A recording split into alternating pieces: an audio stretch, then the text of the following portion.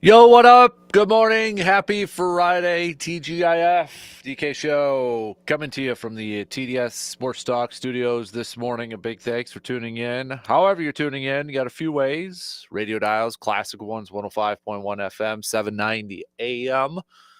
That massive 790 AM signal that reaches online. You can stream it up, take it on the go, sportstalk1051.com. Download the app, take it on the go. You got your Alexa devices, video streams also up and rolling on Facebook, YouTube, Instagram, and Twitch this morning. But a very happy Friday and appreciate you making us a part of your starts part of your start this morning before we head off for the weekend. What do we got on our good old game plan for us today? Well, Brewers talk. Brewers off day yesterday, and now set for their final series before the All-Star break. And we'll see. It's going to be an interesting weekend. It's going to be a really interesting weekend here. Brewers are a couple games behind the Cubbies for first place in the division. Brewers will be at home taking on the Nationals. Cubs will be on the road taking on the New York. So maybe, possibly, we could see the Brewers get in first place, tied, stay the same, maybe into a little close. It should be an interesting weekend.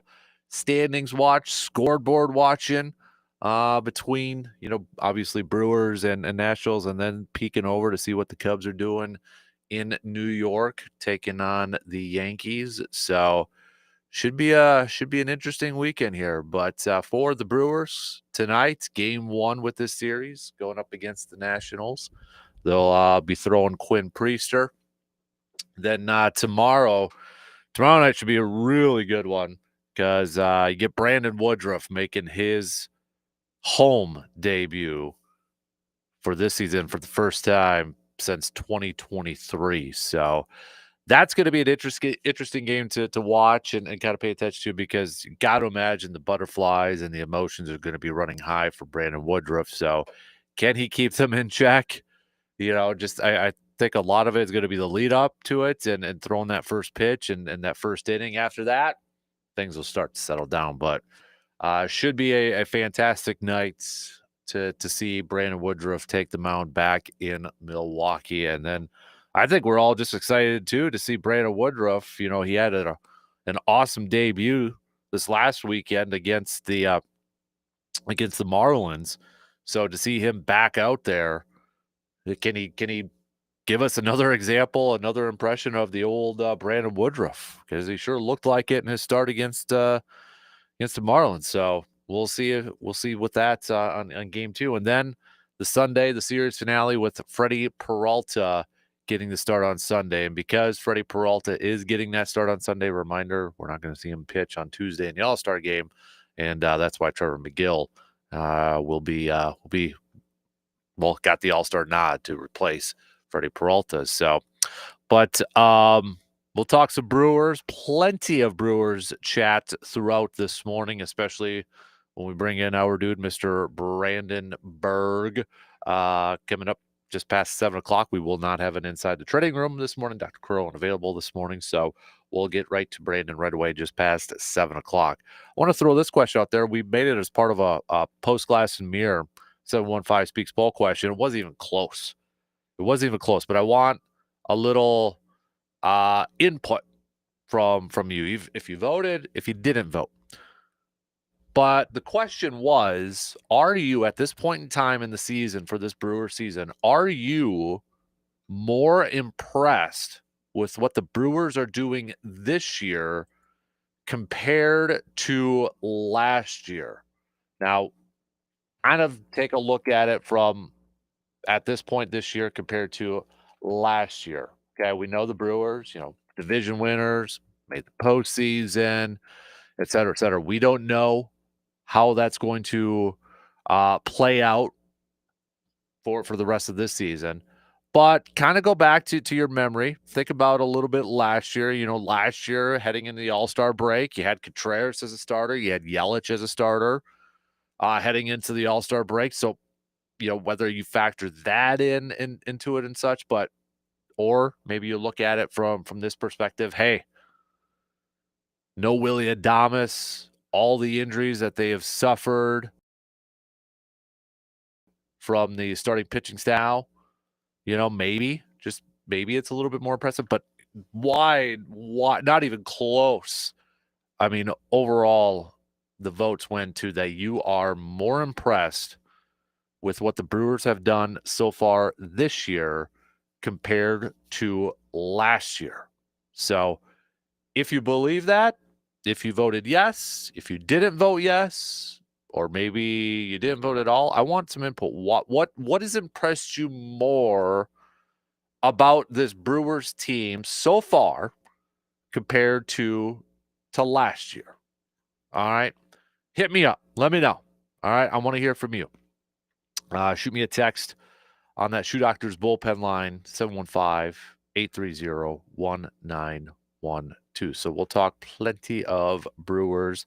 Not only that, but previewing this upcoming season too. So what else do we got on the docket? We'll continue our Packers training camp preview series as we are now officially less than 2 weeks away from the first Packers practice for training camp coming up on July 23rd. So we've been previewing some storylines heading into training camp, right?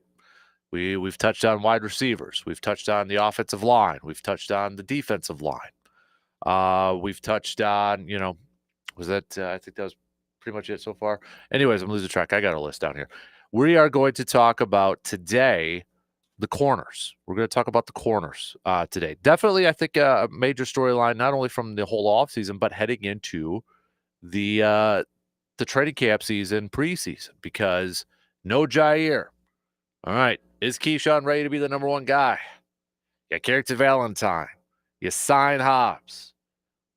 What about after those three? Can Kaylee King get some extended playing time? Are we going to see more from him this year? Rookie from last year, 7th round pick from last year, but there's some intrigue surrounding him. Do you believe this is the biggest question mark on this team, the cornerback group overall? Do you feel like it's lacking a true number one corner, a shutdown corner? All right, so we're going to take a look at that and talk about the corners because I think that is a top storyline heading into preseason and training camp. We know essentially the top 3, 4 if you include Javon Bullard as part of a slot nickel type of player in there. But after that, kind of a shoulder shrug. Who knows? And really, maybe we don't know a whole lot about the top half either. So we'll do that. We've got a little AJM Automotive Pump the Brakes, Full Throttle. We'll get to that coming up in the 8 o'clock hour. Also, we'll do some cream of the crop, bottom of the barrel. So if you want, you can make your picks with us. Who is your pick? Make your pick for cream of the crop and bottom of the barrel. All right. Send those on over however you would like. We'll do a little local sports roundup brought to you by Carpet City Flooring Center too, because I know we've got a big Legion weekend, River City Classic coming up starting tonight, right? We got a lot of baseball. We got that. We got some youth baseball going on various parts across the states here. I know locally, Seymour this weekend too. So the Express picking up a win last night. They're back in Rochester tonight. Big win on the road against Rochester. Rochester tonight, Thunder Bay Saturday and Sunday. Then they're also on an all-star break too. So we'll do a little local sports roundup with B coming up here. Yeah, probably next hour or so. So that's your game plan for us this morning. Let's pitter-patter and let's get at her, shall we? So Brewers beginning their final series before the All-Star break, taking on the Nationals. I'll throw this question out there too, because it is popping up, and I'm not surprised it's popping up. Are you concerned about this series being a letdown series, a trap series, whatever we want to call it? The whole trap game thing. Well, we got a 3-game series here. Coming off of sweeping the Dodgers. Kind of is like, you're starting to see it a little bit. Could it be a trap series? Is there any concern level from you at all that this is a quote-unquote trap series. Also, are you more impressed with the job that the Brewers have done this year compared to last year? And if so, or if not, why? Why or why not? To give you a little bit of a comparison here, and I don't want to compare what the Brewers have done this year compared to the whole season overall from the Brewers last year, because I don't think that's fair. We don't know how the rest of the season is going to go, right? So just to kind of refresh the memory bank a little bit, the Brewers last year entered the All-Star break at 55-42. Okay, their final game was a win. It was actually, who did they play going into the All-Star break? Washington. So there you have it. But they finished up 55-42 before heading into the All-Star break. 13 games above 500. The Brewers currently right now, 13 games above 500, 53-40. We'll see how that plays out after this weekend. But the difference here being, too, is that they are in second place right now in the division. But again, that possibly could change after this weekend, depending on what the Brewers do against the Nationals and what the Cubs do against the Yankees. So start to light up those that texting line, that Shoe Doctor's bullpen line, or hit me up on the video stream or on the socials. Okay, let's get things rolling here this morning. We'll begin talking a little baseball, a little Brewers. I want to hear from you this morning. Then we'll get to a little Packers training camp preview series and all that good stuff. First break and then the leadoff coming up after these quick words.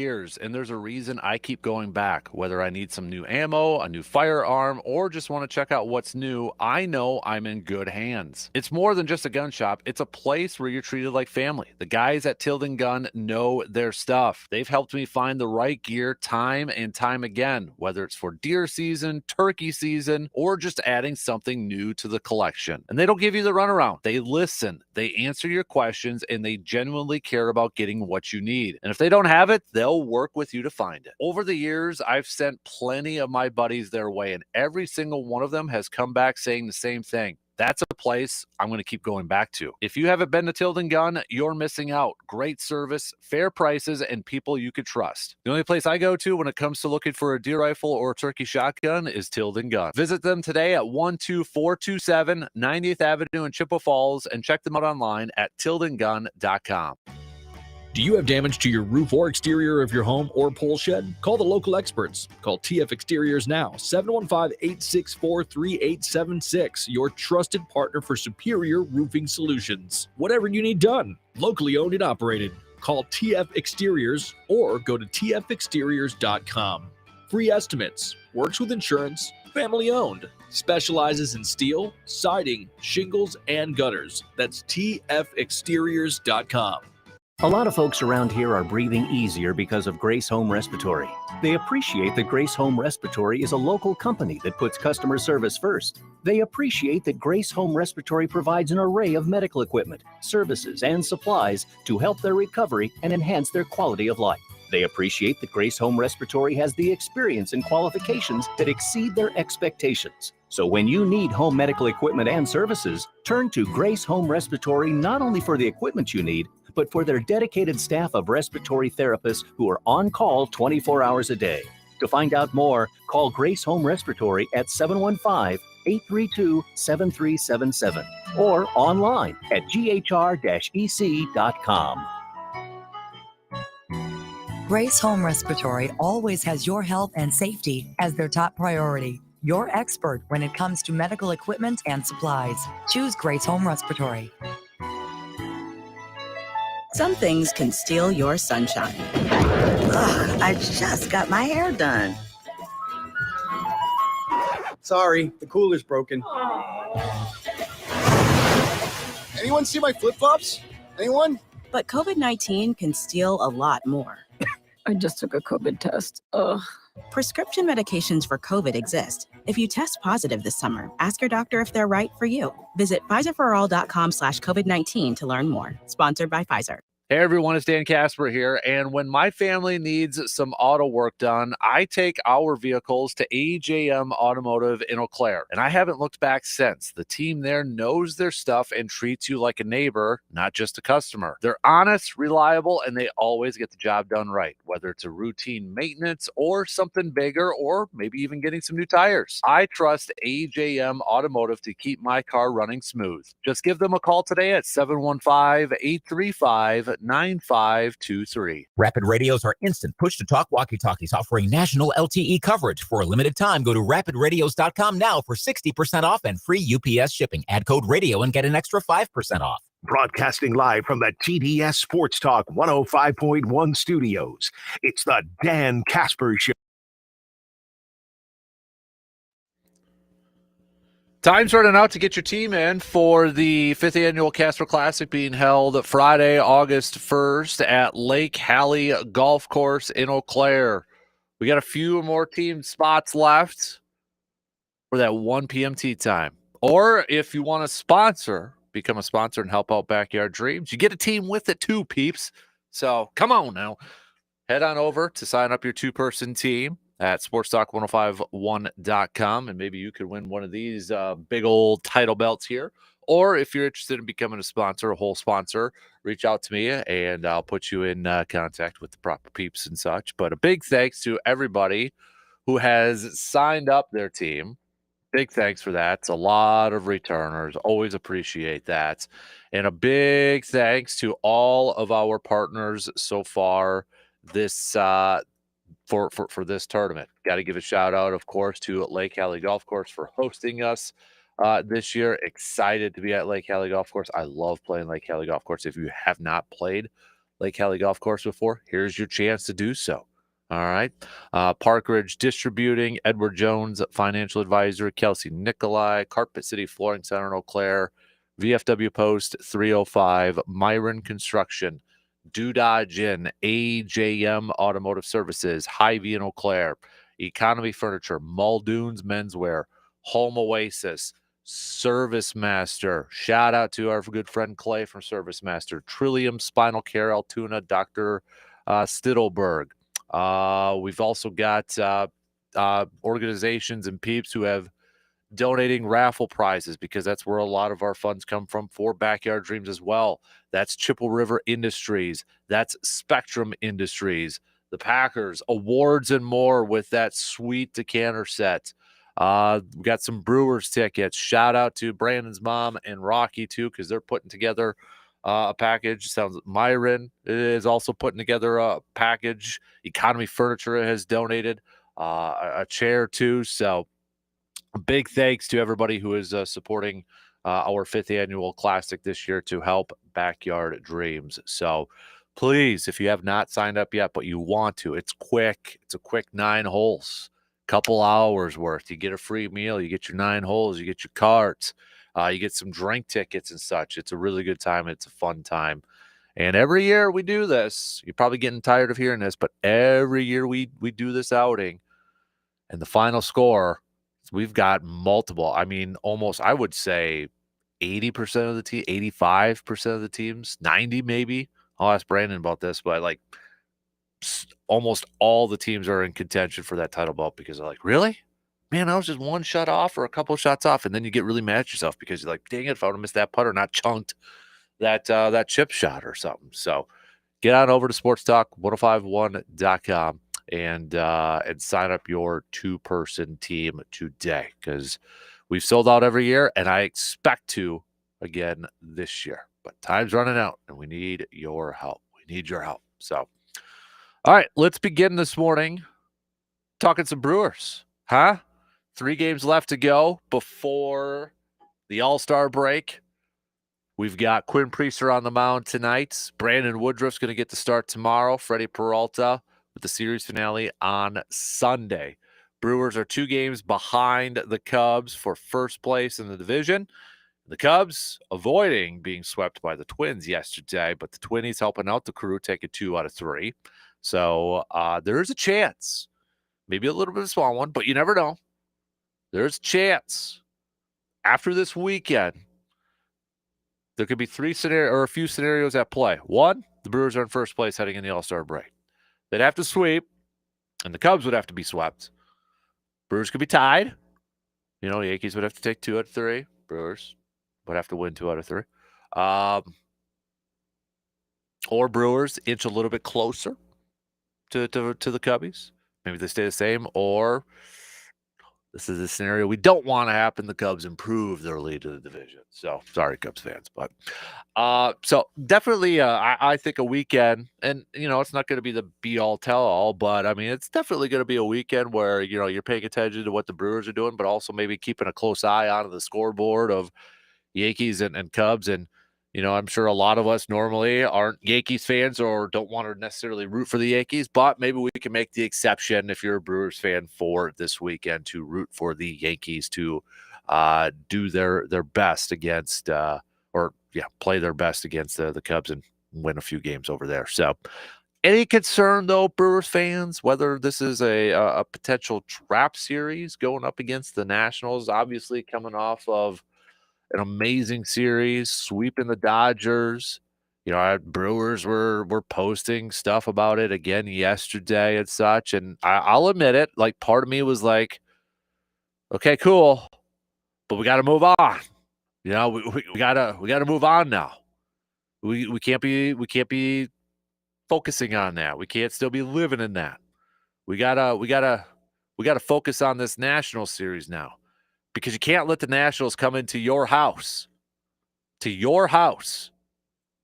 and take this series and at least 2 out of 3, or God forbid, sweep you out of your own building. We can't let that happen. All right, so you got to move on now. Forget about the Dodgers. Forget about that series. Use the momentum from that series, ride that wave, but don't rest on your laurels and don't come in with this big head thinking, hey, we just swept the Dodgers out of our building. We could do whatever we want. We could take care of business. It's like, no. Then I'm not saying they're going to come in with that mentality, but we don't ruin that Dodger series by falling in this series against the Nationals, for crying out loud. All right. So looking at the matchup, we've got Quinn Priester on the mound for the Crew, 6-2 with a 3.59 ERA so far this season. The Brewers are going to be going up against a left-hander, Mitchell Parker, who is 5-9 with a 4.72 ERA. Looking at the matchups here, you got about a game's worth of experience from these Brewers hitters going up against Parker. So kind of hard to gauge, anything really from how well these guys have done against him. I mean, Cheerios 4 ABs, and he's 2 for 4 against him. Monasterio's like perfect against him in 2 ABs, 2 for 2. So it's one of those scenarios. Vaughn actually has a home run against him, 3 RBIs and 2 career at bats. So on the flip side, a little kind of the same with the Nationals going up against Priester. I mean, Bell's got 6 career at bats. So he's 167, and that's really the only guy with maybe a couple games of experience going up against Quinn Priester there. So really, again, not a ton of experience between these two pitchers and these lineups here. So, but with Quinn Priester, we last saw him back on the 4th against Miami in a no decision for him. But he went 4 2/3, 7 hits, 4 earned runs. And this was a game where he was coming off of a fantastic game against Colorado where he picked up the win back on the 28th, where he went 7 innings, gave up just 1 hit, and struck out 11. I mean, a fantastic outing from Quinn Priester. And June overall was an awesome month for Quinn Priester. In 5 games, he went 4-0 with a 1.98 ERA. That was fantastic. So he's began July on a little bit of a slow start here against Miami, where he gave up those couple home runs, 4 earned runs overall. So looking for a little bit of a bounce back performance from Quinn Priester tonight, going up against the Nationals. And then on Saturday, the highly emotional return of Brandon Woodruff, his second game of the season, but his return to Milwaukee and getting to start at American Family Field, first time since 2023. You know the emotions are going to be running high. The butterflies are going to be there, right? It's almost like the lead up. I got to imagine Woodruff is going to be like, let's just get this game started. Let's get this game rolling because the butterflies are going to be rolling. The emotions are probably going to be rolling. You know, the crowd there is going to give him like a huge ovation to begin with, and probably even coming off the field if it's a quick first inning. So get through those emotions and let's just get to the game. But definitely, the thing that I'm really looking forward to seeing too is, all right, Brandon Woodruff had a great first appearance just a few days ago, picking up the win. 8 Ks in 6 innings. He was awesome. He looked like old Brandon Woodruff. Now, it's his second game. Let's see if he looks similar, looks the same. That's what I'm going to be looking forward to. Got the first game under his belt. Now, how does he come back from that? Because he's getting in that regular rhythm now. How is he going to look? Looking at the lineups here, Brewers are going to be going up against another lefty coming up here. Kind of an initial outgetter. Ogasawara, is that how you pronounce it? I probably just completely butchered that last name. But a lefty, and he's only got one appearance so far this year. 0-1. Went 2 2/3 against Boston. 4 earned runs back on the 6. But got the Nationals lineup with some dudes that have quite a bit of experience going up against Brandon Woodruff and not great numbers. Bell's 29 career at-bats, does have a homer, but just 138 against him, 470 OPS. DeJong's got 23 career at-bats, a home run, and 217, but 671 OPS. And then after that, you've got about a game's worth. So a couple guys, long-time guys, a lot of experience going up against Brandon Woodruff, not necessarily great numbers going up against him. And then in the series finale, you've got Irvin on the mound for the Nationals, who's 7-4 with a 4.78 ERA. Jake Irvin. He's also coming off of a loss against the Cardinals back on the 8th, where he gave up 4 earned runs, 6 innings. And then Freddie Peralta, who is coming off of a fantastic start against the Dodgers, the all-star of this team. Trevor McGill is too, but the first all-star, 10-4, 2.74 ERA.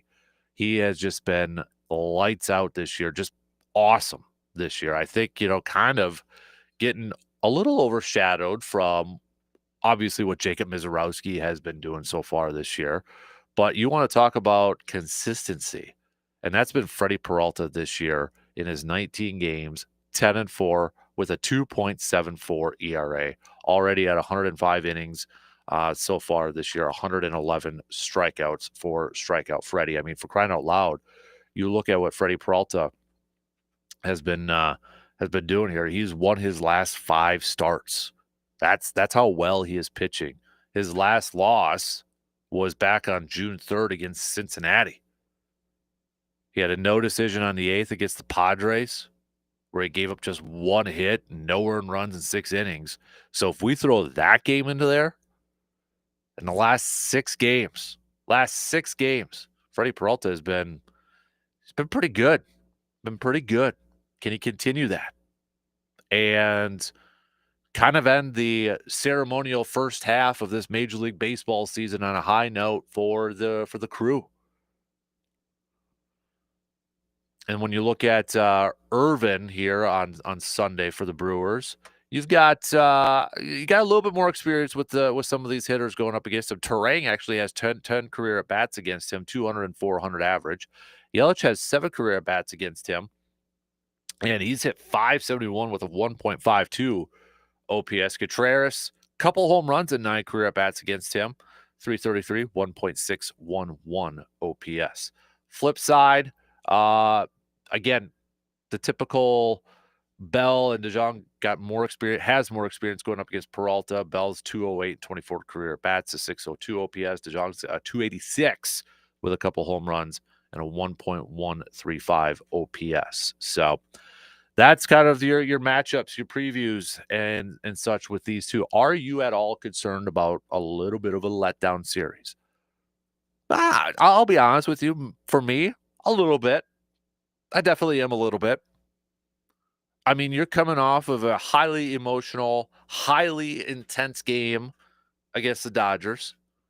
I am a little bit. It's crossed my mind. I think it's okay to say that. Not saying it's going to happen, but I'm a little bit concerned about it. It's definitely there in the back of my mind. I hope that's not the case. But it's there. It's there. I mean, how many times have we seen it? We're a team, whether it's football, basketball, or baseball. You're coming off of a huge win, or you're riding a nice little wave, and then you're going up against a team that, let's face it, is inferior to you, not as good as you, and they beat you, or they win the series. We've seen that with the Brewers. We've seen it with other teams. So, yes, it has crossed my mind. Am I panicking over it? No, because I don't know if that's actually going to be the case. I don't know if that's going to happen. But it has crossed my mind a little bit. And I know I'm not the only one. And I just hope that this team is, and I expect that, that's where I put a lot of confidence in Pat Murphy and the leadership of this team so far. Like, all right, hey, awesome series against the Dodgers. We still got a job to do. We still got to go out there and take care of business against the Nationals. Don't go back or don't keep thinking about that Dodger series, and don't think about your vacation coming up with the All-Star break. That's the other part in this thing too, is like how many guys maybe thinking about, hey, I'm going to get out of town for a couple days and sit on the beach or go to the lake or just get away from baseball. Looking forward to that. Who doesn't look forward to maybe a little R&R vacation, right? Who doesn't? Well, got to get the job done first. You got to get this job done first and win this series against the Nationals.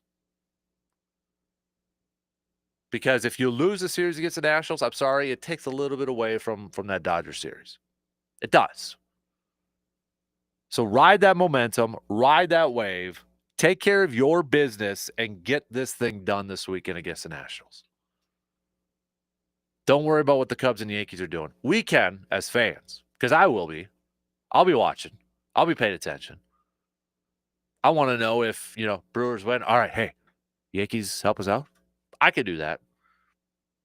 Players, no. Don't worry about that. They'll take care of itself. Fans, absolutely. Heck yeah. But can you imagine if we come back Monday morning and it's flip-flopped or at least tied? That second half run is going to be epic. That second half chase is going to be absolutely fun to watch. And if I'm the Brewers, I'm using this as like, all right, we win this series and, somehow maybe we're tied. Brewers are tied with the Cubs or something like that. I really hope next week, with their few days off, Matt Arnold and Mark Anasio have a good conversation. Like, we've got something here. We've got a chance to do something. Let's maybe add a little bit to our roster, for crying out loud. Question thrown out there is, are you more impressed with what the Brewers have done so far this season compared to at this point last year? They're very similar. I mean, they are similar to their win-loss record at the All-Star break. At the All-Star break last year, the Brewers were 13 games above 500. Currently, the Brewers are 13 games above 500 right now. We'll see with these three games, if they're going to be 16, 15, 14, 10 games above 500. But I think it's fair. There's some differences. Last year at this point, you had a couple all-star starters, right? You had Contreras and you had Yelich. Yelich was hitting for a high average, but he's got more home runs, maybe a little bit more power this year. Contreras down, dealing with that finger injury. But you look at the performances from some of your starters. Last year, it was like, okay, we got to add some starters. That's when they acquired Aaron Savali. They tried Dallas Keuchel. They traded for Frankie Montas. Didn't have Brandon Woodruff last year. This year, it's like phenom of Jacob Mizorowski, Freddie Peralta's pitching epic. Brandon Woodruff is back. You bring in Jose Quintana. Those four leading the charge. Quinn Priester's pitching well. We'll see about Nestor Cortez after the All-Star break. So while the wins and losses are similar, you look at some of the differences from this team to last year, and factoring in like the injuries that they had to their starting pitching staff, and the fact that they lost Willie Adames and essentially didn't replace him. Yeah, I would agree with the majority of that so far. I'm a little bit more impressed with this team compared to last year. Last year was just this really awesome surprise. Last year, I know we kind of talked about it was very similar to the first year of Jordan Love. I didn't really have any expectations because I didn't know what to expect. So last year was a really nice surprise. Like, oh, okay, yeah, awesome. It was awesome. This year, you head in and you're like, okay, they didn't do anything to replace Willie. Okay, you brought in Nestor Cortez. You know, at the beginning of the year, it wasn't Jacob Mizorowski. We didn't know when Brandon Woodruff was coming back. We knew the Cubs would probably be a little bit better.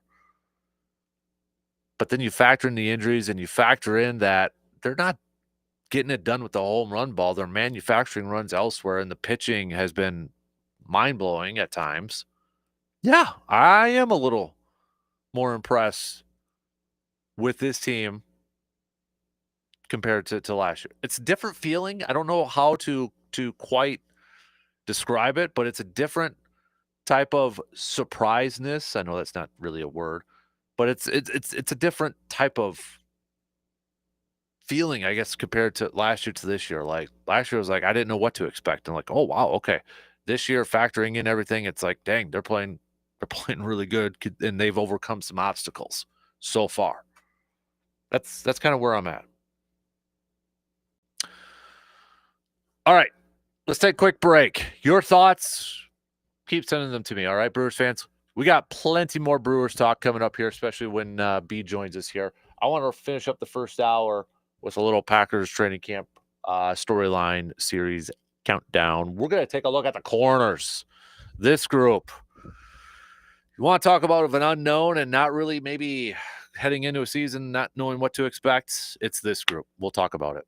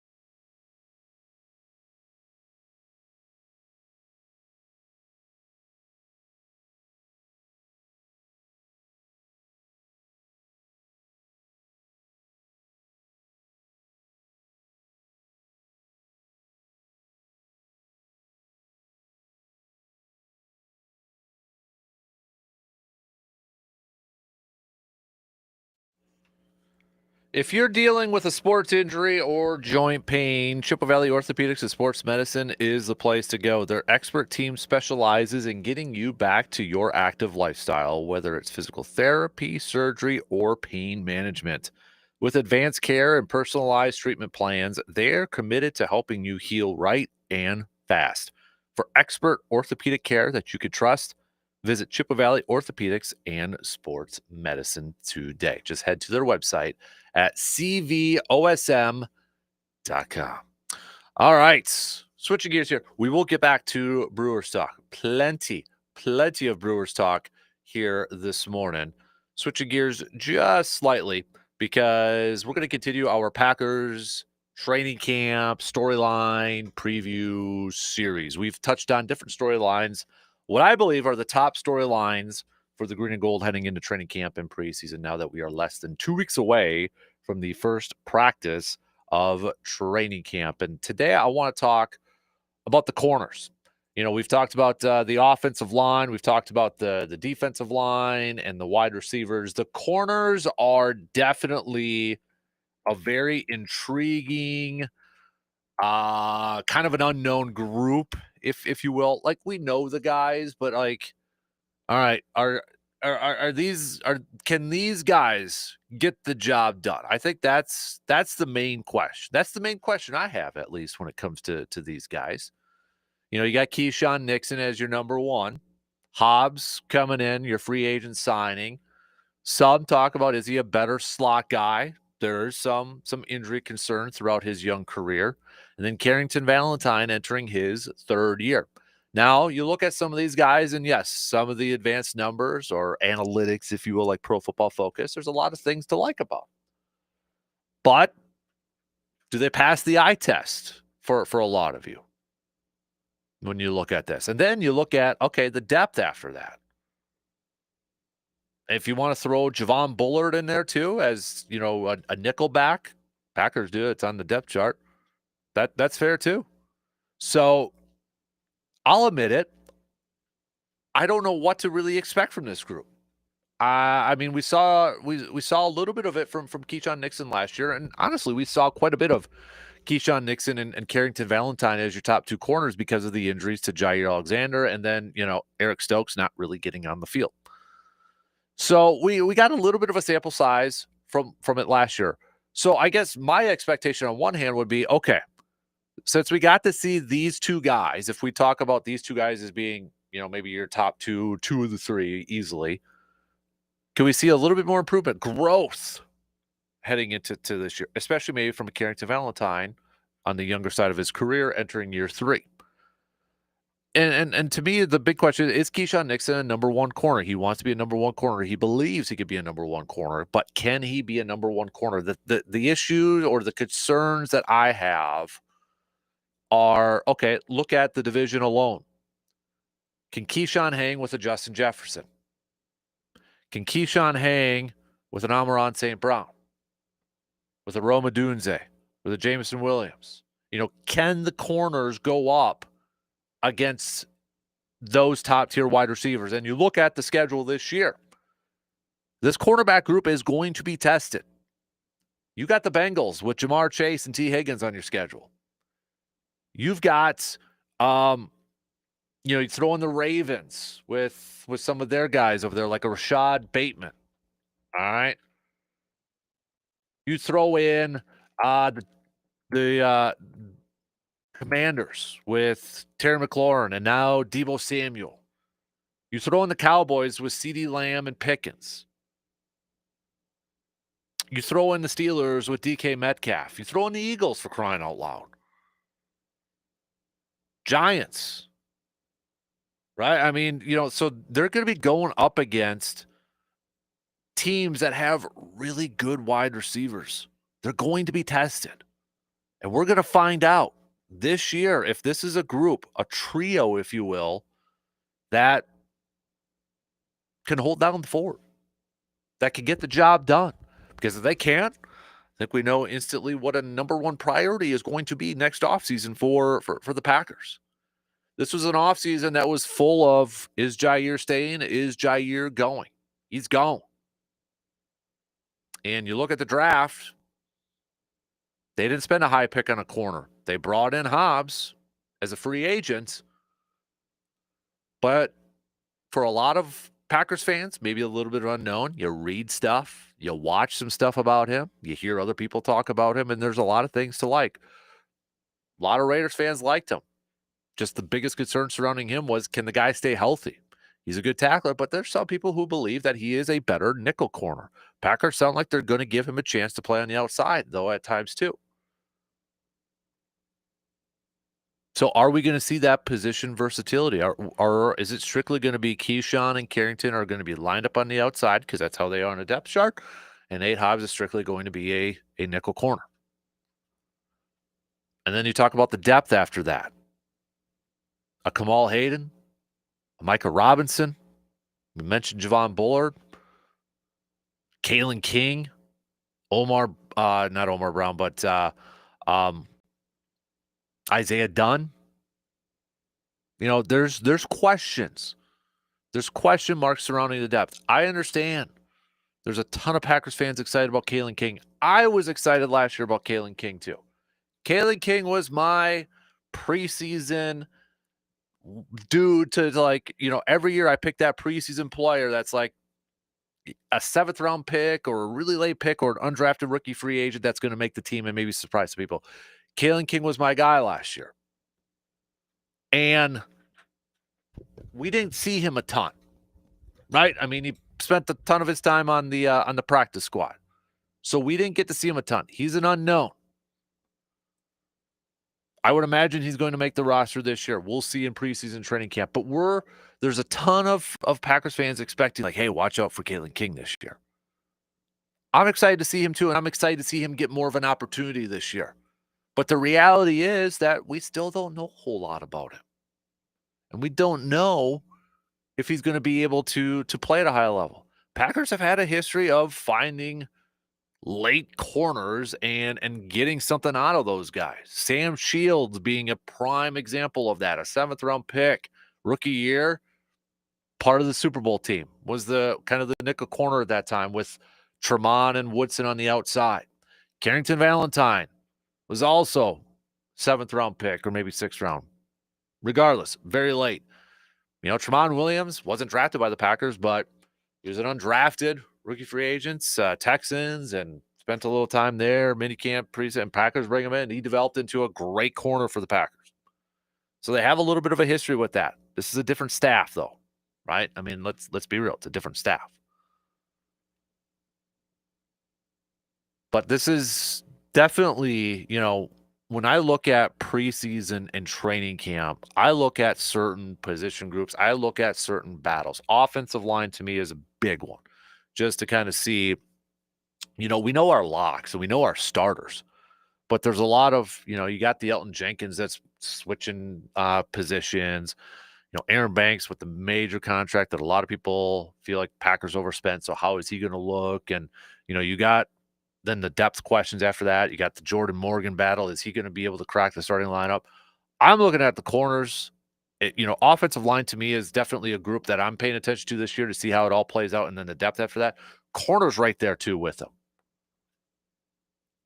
Because I want to see a lot of these guys behind Hobbs, Valentine, and Nixon. Who are the other guys that are going to fill out the back end of that depth chart? Because when you talk about corners, you're talking about maybe carrying 6 or 7 of those guys, and you get a little bit of a position versatility with Javon Bullard playing safety. You can, like, okay, we could keep him at safety, but he also plays a nickel. So you have a little bit of that versatility, but I'm really looking at it from the back end, like, okay, this preseason, this training camp, I really want to see more Kalen King. I want to see him get a ton of opportunities. I want to see him get a ton of reps. Because his number may be called upon this year if there's an injury. We're one injury away from one of those top 3 guys to where one of these younger dudes that we may not know anything about or never seen before, where their number's called up. We're one injury away from being a little shaky potentially in the corner department. But even with the top three, there is still some unknowns about them. Keyshawn, I think, played well last year in an expanded role at the cornerback position.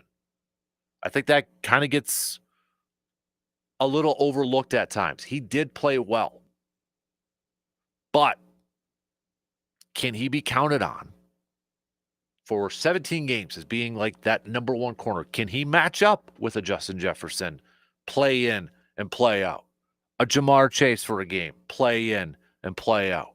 What about Carrington Valentine? Can he take his game up another level? And then can Hobbs stay healthy? Can he play a full season? And can he play up to that contract that he got this offseason from Green Bay? There's some unknowns. There's some question marks. I think there's potential. There's definitely opportunity for these guys.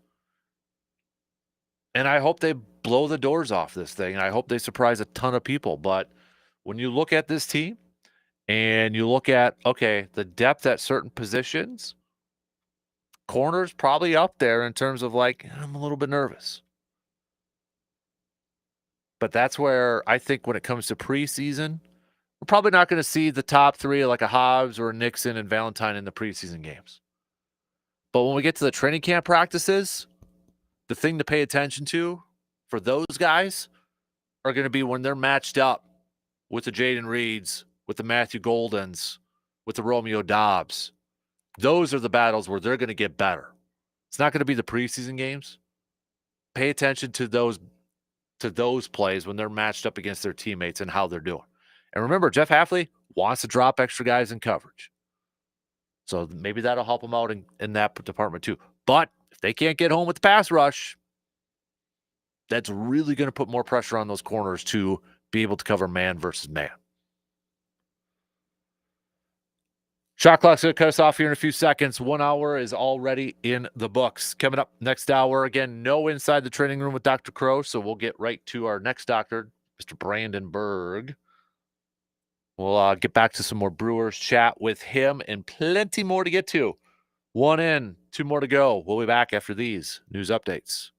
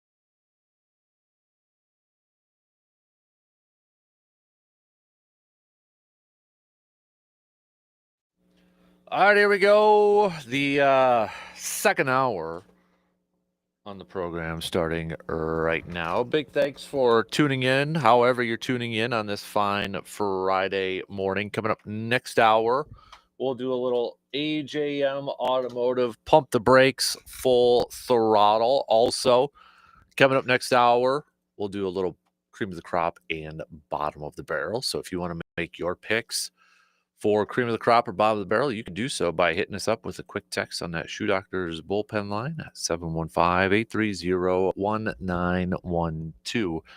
Normally this hour, or I should say at this point in this hour, we would be catching up with our Dr. Austin Croach of Valley Orthopedics and Sports Medicine. He is unavailable this morning, so we have to unfortunately go to our guy Brandon James Berg this morning. That's absolutely not my middle name. What is your middle name? It's not James. Well, what is it? It's Michael. Is it Michael? It is. I was just going to see if you were going to actually admit. Oh, sure. Why not? Okay. Brandon Michael Berg. The only person that's usually consistently called that was my mom, and I was usually in trouble. So if you hear just the first and the middle name, you are in deep doo-doo. You know, I've always been curious about the people that go by their middle name. There's some people that just answer to their middle name. Yeah. How did that develop? Why didn't the mom and dad just call them the middle name their first name? I don't know, but like, I would be very because obviously just Brandon Berg, whatever. But like, the people, if you go by all three of them, you sound like a serial killer.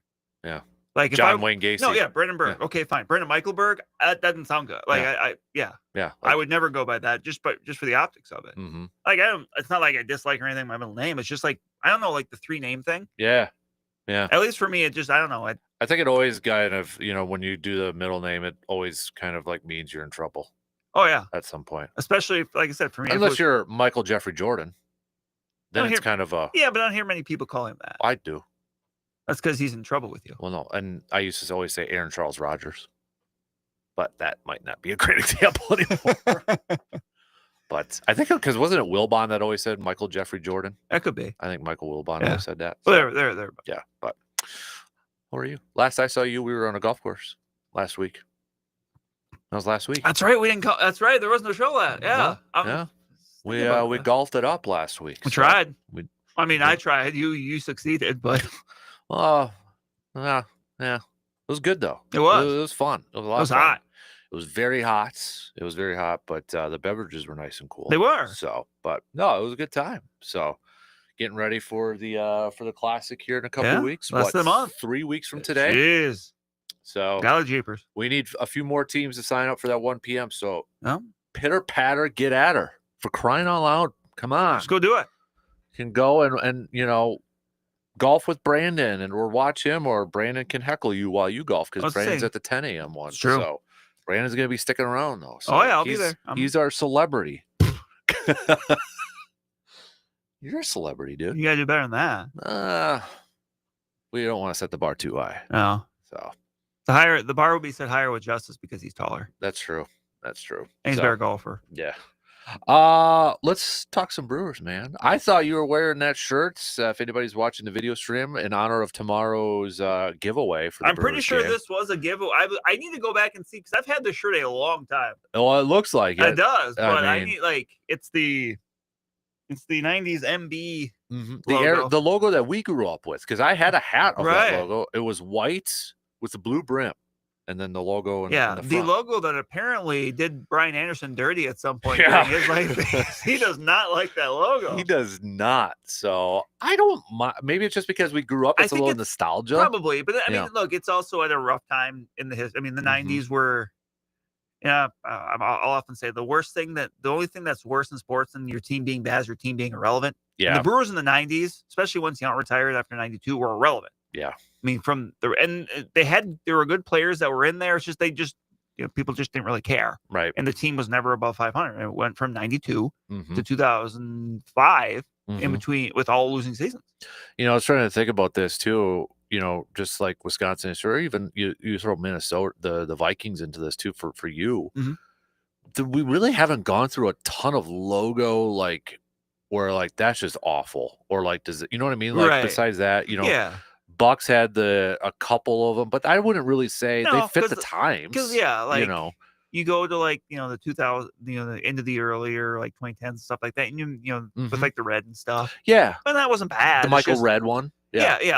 That's a very good way to put it. Yep. And then even like the Ray Allen and Glenn Robinson purple and green was, I mean, that was. And obviously elsewhere, like obviously the Packers haven't. You don't mess with what works. Right. It's kind of the same thing with the Badgers. I mean, their big thing was obviously kind of slightly tweaking the motion W under the early days under Barry Alvarez. Right. But yeah, for the most part.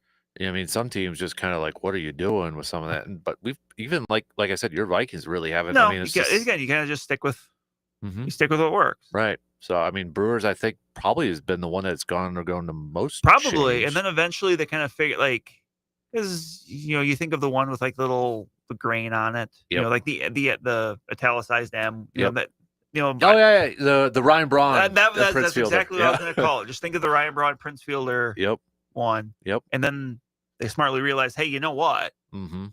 Altered the ball and glove a little bit with the extra lace in there to make it look like a baseball. It's funny when like you'll see that, like, and we've seen that with other logos too, where like you'll change it very slightly, but then they'll be like, well, there's a reason for it. There's 37 stitchings on this. It's just like, okay, because didn't they do that with like the Dolphins where they changed it from a smiling one to a non-smiling Dolphins logo or some ridiculous thing like that? So, to further make Flipper look mean and aggressive. It's like when they changed the Seahawks logo, all they did was make the Seahawk more angry. Yeah. Like he went from like constipated to mad. Yep, exactly. And then what are we doing now with all these teams? They're going all the way back to their logos and trying to bring it back. Which in many cases they should. Mm-hmm. But like I like the Commanders logo or the color scheme they're having for the three. I mean, basically, it's obviously kind of the color scheme that they did, when they were known as Redskins, but it's just. Mm-hmm.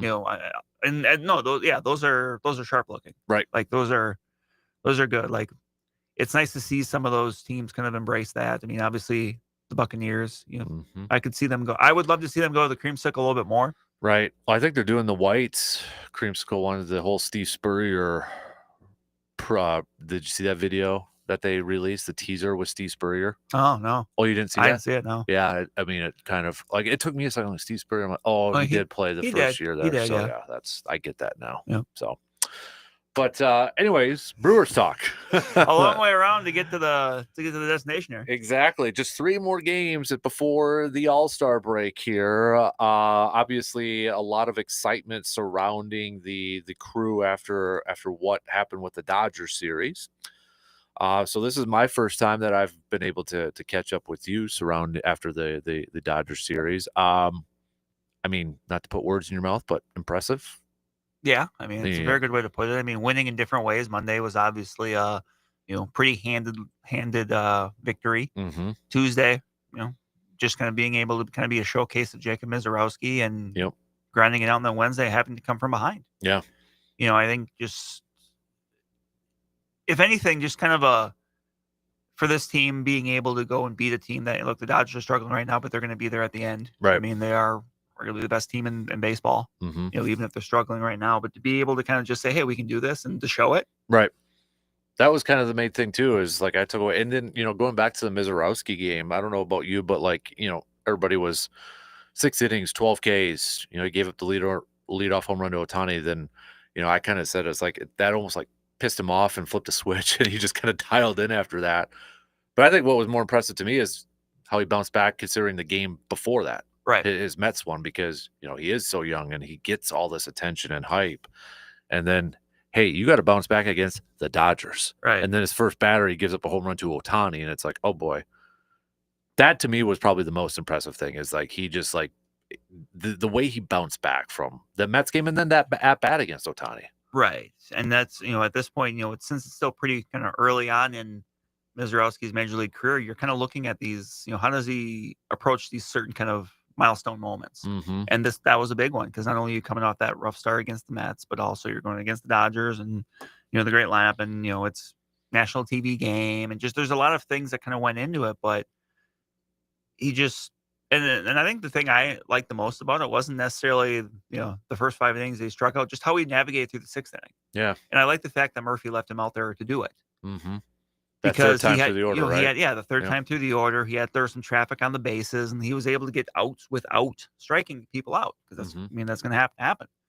and just kind of playing to the defense making some good plays behind him. Yep. And him being excited about it. I mean, it's okay to be excited.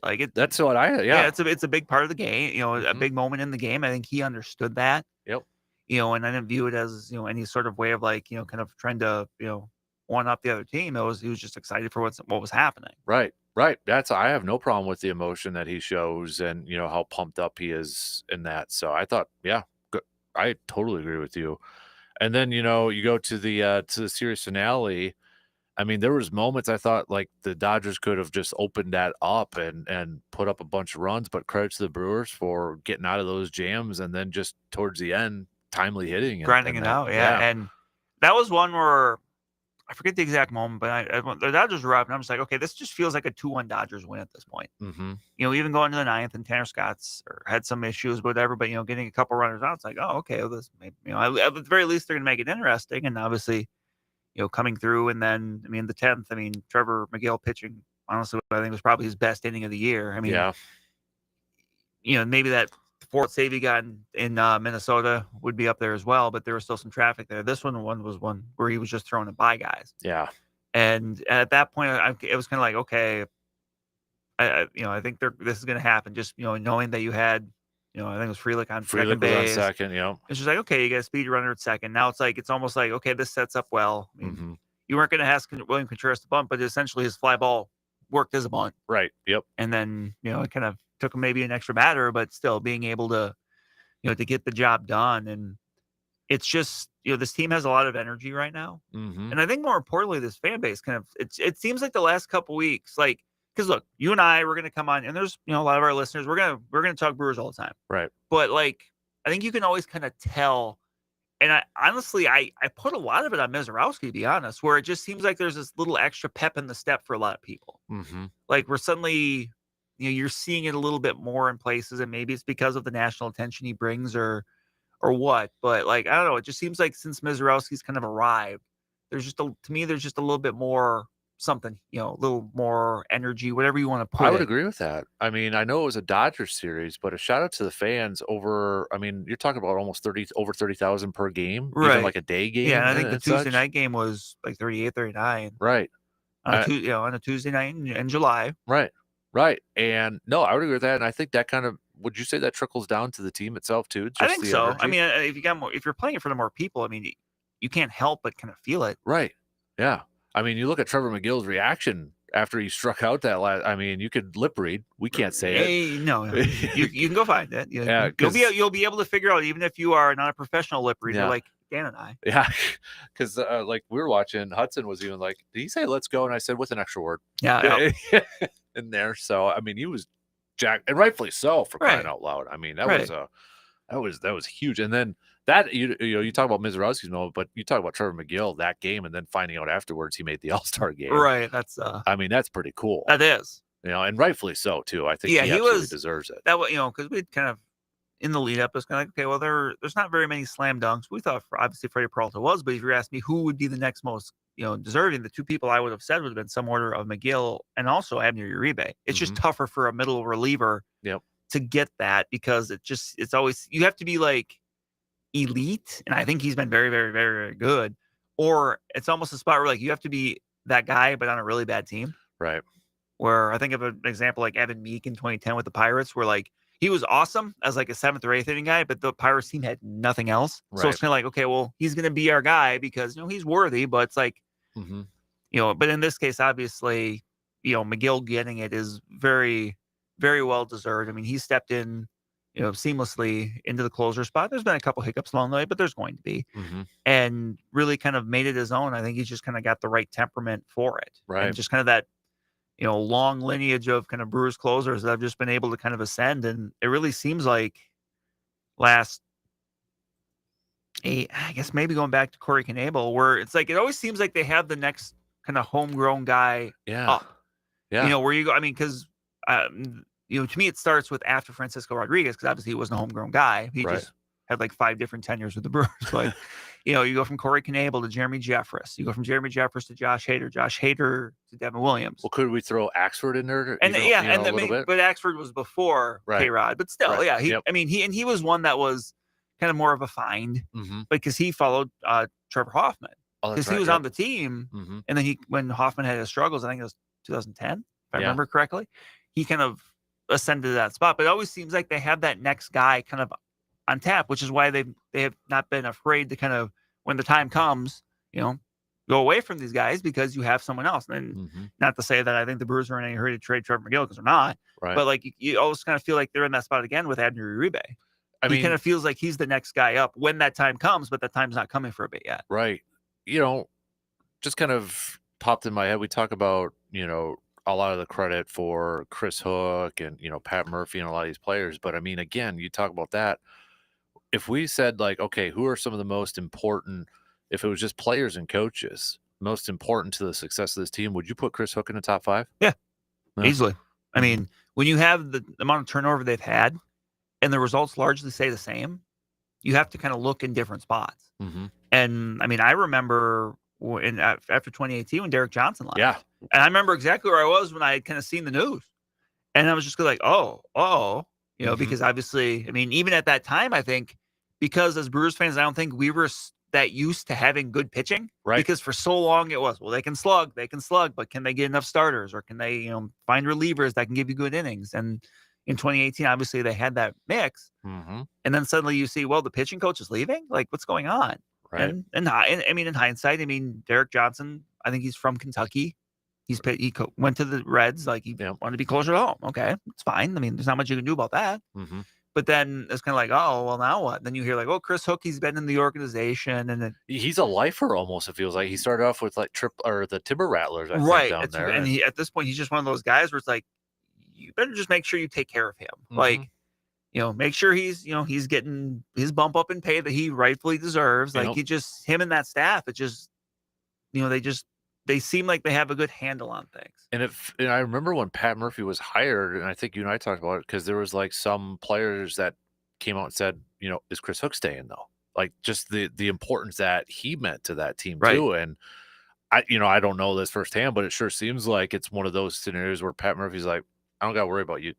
That's it's like if you're in football, if you're an offensive coach. I mean, I'll just use it because it's an example to me. If you're Kevin O'Connell and you have Brian Flores, and you said, okay, well, the defense is taken care of. Right. Yep. Like you don't have to, if you worry about one part of the game, and because you have someone you can trust to worry about another big part of the game, because, well, that's yours. Right. You take care of that. I know I don't have to worry about it. You're going to have everything, figured out. It's essentially one of those, hey, you need something, you just let me know. Right. But otherwise, I'm just going to leave you to it. Yep. Exactly. So, yeah, the job that, as you mentioned, the turnover. I mean, you talk about the different pitchers, starters that he's had to work with. They do just such a good job of not only developing with him, but like finding things about pitchers. Like I even look at a guy like Grant Anderson, who, if you look at his numbers in Texas before he got to Milwaukee, and that was like a mid-off season trade, where it's kind of like, oh, okay, right. I mean, but at this point, you can kind of joke every time they make a trade for one of those guys. It's like, okay, is this a guy that we're going to know by July? Yeah, that's and a good point. And he hasn't been their best reliever, but I think he's been important. He gets righties out, like he's been able to kind of bounce between AAA and the majors, and he's pitched some important innings for them. And I mean, Trevor McGill might be the best example of that. You remember he was plucked off the waiver wire. Yeah. I think it was Twins, because he pitched for the Twins and the White Sox, or sorry, the Cubs, and they just found something with him. I mean, obviously you can watch him throw and be like, okay, there's something here. There's this gigantic man that throws super hard, but it's like, okay, how do you hone that? Right. And do you feel like that's, I mean, because didn't they kind of say something similar to when they acquired Quinn Priester, where they were saying, let's get him in our system? Right. You can kind of see things with, the stuff somebody has in their pitch mix and stuff, and you tweak things. And that's kind of what they did with McGill, where, if I remember it correctly, like when he was a reliever elsewhere, he threw 3 pitches. They were fastball, curveball, slider. And they're like, we're just going to get rid of that slider. You're going to be fat. You're going to be 2 pitches. You're going to be your reliever. You're going to be 2 pitches, and we're just going to have you. We really think that's the ticket, and it has been. I mean, really, since he's shown up, he's been really, really good.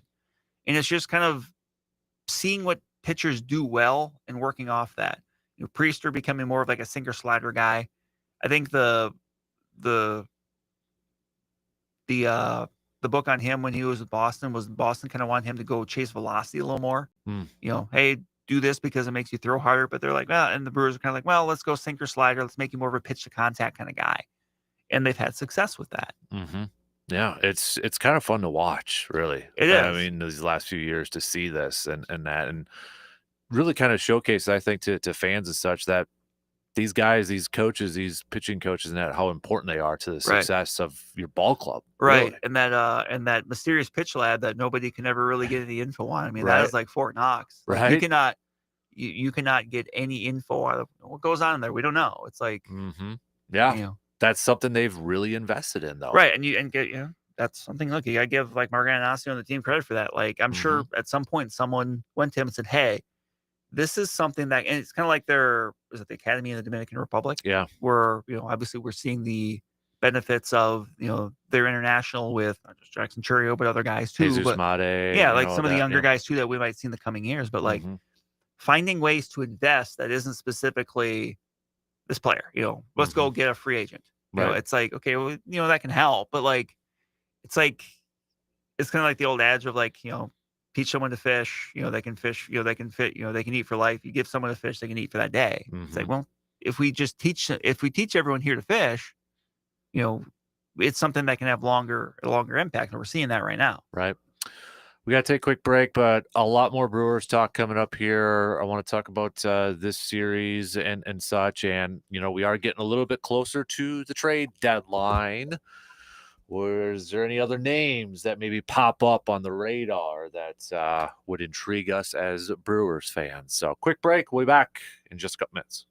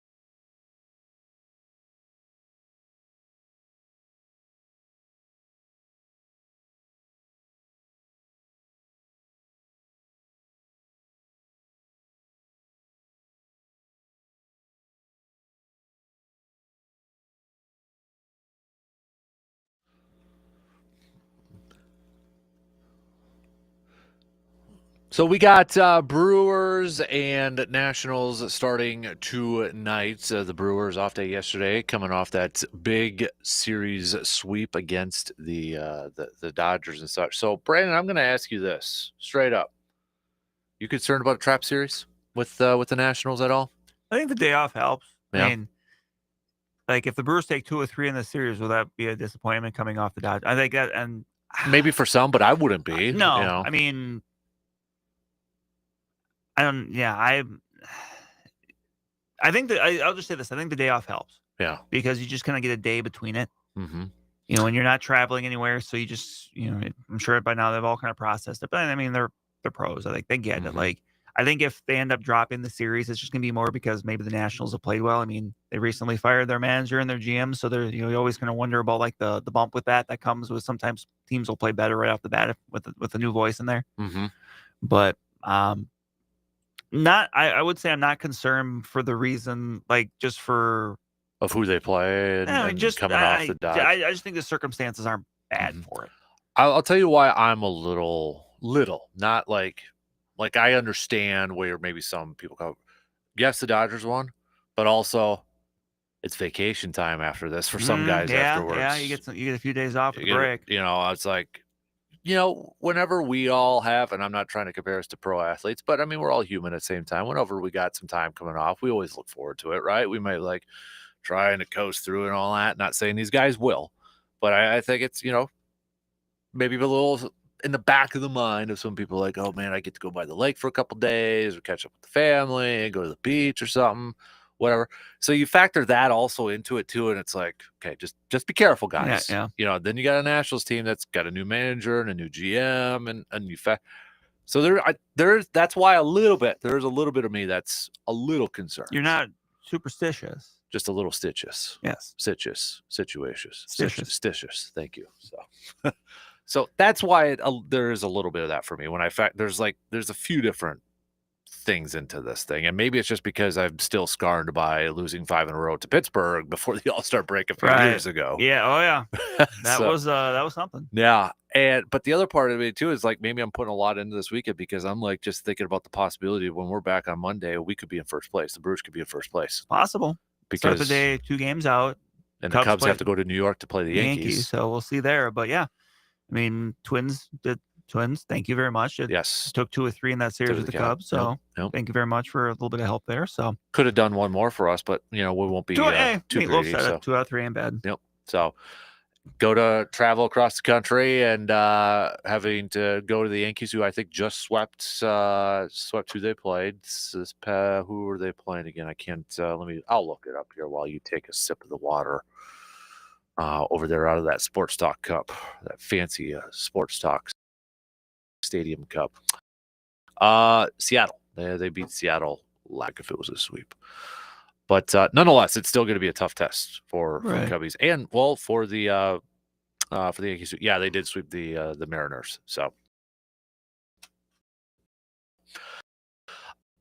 another question I threw out there at this point in time, because I don't think we can directly compare it to the full last year's team.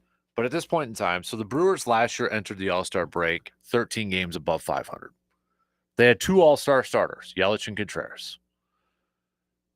Yelich last year was, I believe, batting over 300, but he only had 10 home runs. This year, he's definitely got more home runs, not hitting for as high as an average. Contreras is obviously dealing with a finger injury. He's not hitting as well as he was last year. But when you see where the two teams are both, right now, Brewers are 13 above 500. They could be more, they could be less, they could be the same. Factoring in everything that has gone on this year, no Willy Adames, some of the injuries that they've had with the starting pitching staff, is the job or how the team playing right now more impressive to you than what they were at this point last year? I think so. Yeah. I think so, just because there was more uncertainty at the start of the year, and then you look at the fact that the team started the year 0-4. Mm-hmm. I mean, there's 162 games, so I mean, you're going to have stretches where you win 4 in a row, you lose 4 in a row. But I mean, just remember coming out of that home opener with the Royals where they just got smoked. Mm-hmm. It was, I mean, and then you fast forward to you look at the middle of May. I mean, is the point of demarcation right now the cribbage board night? Maybe. Because thank you, because you were at there. That game. Yeah. That they lost that game bad. Like the Twins. That was at the end of the Twins. Was a 14-game win streak, whatever it was, and they just got pounded. Yep. Like it wasn't close, and it seems like, and that was middle of May. And whenever you hear the announcers talk, I was like, well, since May, whatever, but it was sometime in the middle of the month, so maybe it was that Sunday. Yeah. Since that game, obviously it's kind of clicked for them. Right. So yeah, I mean, it's so different because I remember, I was thinking back to last year. I didn't know what to expect from that Brewers team last year. It was first year of Pat Murphy. Everything else was kind of the same. You right? traded Corbin Burns. But there was a lot. Bryce Turang was definitely a nice surprise last year. A big rise in his play. Christian Yelich, the way he was playing was a nice surprise. Yeah, we didn't know what to expect out of Jackson Chourio coming into that year. We just knew he was going to get the chance, and he had a lot of hype behind him. So I don't know how best to describe it, but there were like different feelings heading into each season. Last year, I remember last year saying it's kind of like, to me, I compared it year one of Jordan Love. I didn't have any expectations going in. And then this year, I kind of had a little lower expectations. You lose Willy Adames, and you don't really do anything to, fill in that void. And then you factor in all the injuries they had to the starting pitching staff, and then to bounce back the way they've done and to be at the point where they're at right now. Yes, they're in second place. Last year they were in first place, but the Cubs are better. And that's it. Like, if that's how you judge it, it's like, well, you're judging it based off something you really can't control, and that's just how good the Cubs are. The Cubs are just a lot better team. There was not that other team in the division last year. Now there is. Right. At least this year there is so far with the Cubs. Right. So I agree with you where I think this year so far at this point, I'm a little bit more impressed with the job they're doing, because is it fair to say they've overcome a few more obstacles this year compared to last year? Yeah. I mean, we talked about the injuries with the players, and I mean, I just think that there's been more they've had to kind of navigate through, and then some different injuries to people at different times. I mean, the Contreras injury is, it's significant with the finger. Like, to me, and that's just something they're gonna have to deal with, I think, the rest of the year, because unless they absolutely tank and then they're out of contention, then they might shut him down. But otherwise, you're just gonna have to deal with the fact that he's gonna provide his defense. He's gonna take some walks. The power is just not there. Right. Like, he can't hit for power with that broken finger. Yeah. So obviously now too, once we get into the All-Star break, there's going to be some rumblings, some rumors, some do this, do that. My team better do this. Brewers fans are really going to be pounding the table for somebody. June was a great month for Joey Ortiz, but now it seems like he's in the doghouse again with Pat Murphy. Yeah. And again, I appreciate Pat Murphy for being honest when he was asked about it a couple of days ago about Ortiz not being in the lineup, and he says the manager's pissed. So, again, I feel like Murphy can get away with saying that stuff because he has the respect in that clubhouse. Right. But you look at what Ortiz now is doing in July. He's looking at a lot of strikes and swinging at a lot of bad pitches out of the zone and such. So the Brewers looking there. I know there's the Alex Bregman chitter chat, but now the Red Sox have all of a sudden won a bunch of games in a row. So, the Athletic had their top 40 big board, and a bunch of Red Sox players were at the top. I wonder if that's going to change now with the way the Red Sox are playing. Right. So do they look for an outfielder to bring some pop? Was it O'Hearn from Baltimore I'm kind of intrigued with? They could play a little first base and outfield. Now, I know Brewers fans are excited about Andrew Vaughn with what he's done in a couple games, but are we ready to hand the reins permanently over? Is there a guy, kind of an update, or maybe a couple guys for you, Brandon, that you've seen maybe out there? Because maybe we're starting to see a little bit of a separation of teams maybe becoming buyers and teams becoming sellers. That's why I know a lot of Twins players are being thrown out there too. So I know Jeff Passan put O'Hearn on his list. I was kind of intrigued with O'Hearn before Passan, just because of the position versatility that he brings. I know he's, going to be 32 and such, but I mean, this is just for the rest of the season. Any other names out there that are kind of eye-popping to you? I mean, the guy I'm gonna keep bringing up is Eugenio Suarez from the Diamondbacks, third baseman. Is he a realistic option, though? I don't know. I just think he's going to have a lot of suitors. Yeah. The Diamondbacks will have a lot of suitors for him. I mean, right now he starts play today, hitting 249, but he's got 29 homers. 29 home runs. I mean, that's kind of the big thing. And 75 RBIs, plays a solid defense at third base, like right-handed bat. Like that's a guy you can park fourth or fifth or whatever in the lineup, and that's an instant difference maker. Like, and in the end, the thing you always have to navigate with when it comes to the Brewers is how much they love to zig, or they love to zag when you think they're going to zig. And because right now you look and how I think everyone would say, like, you want them to add a bat, but just how do you do it?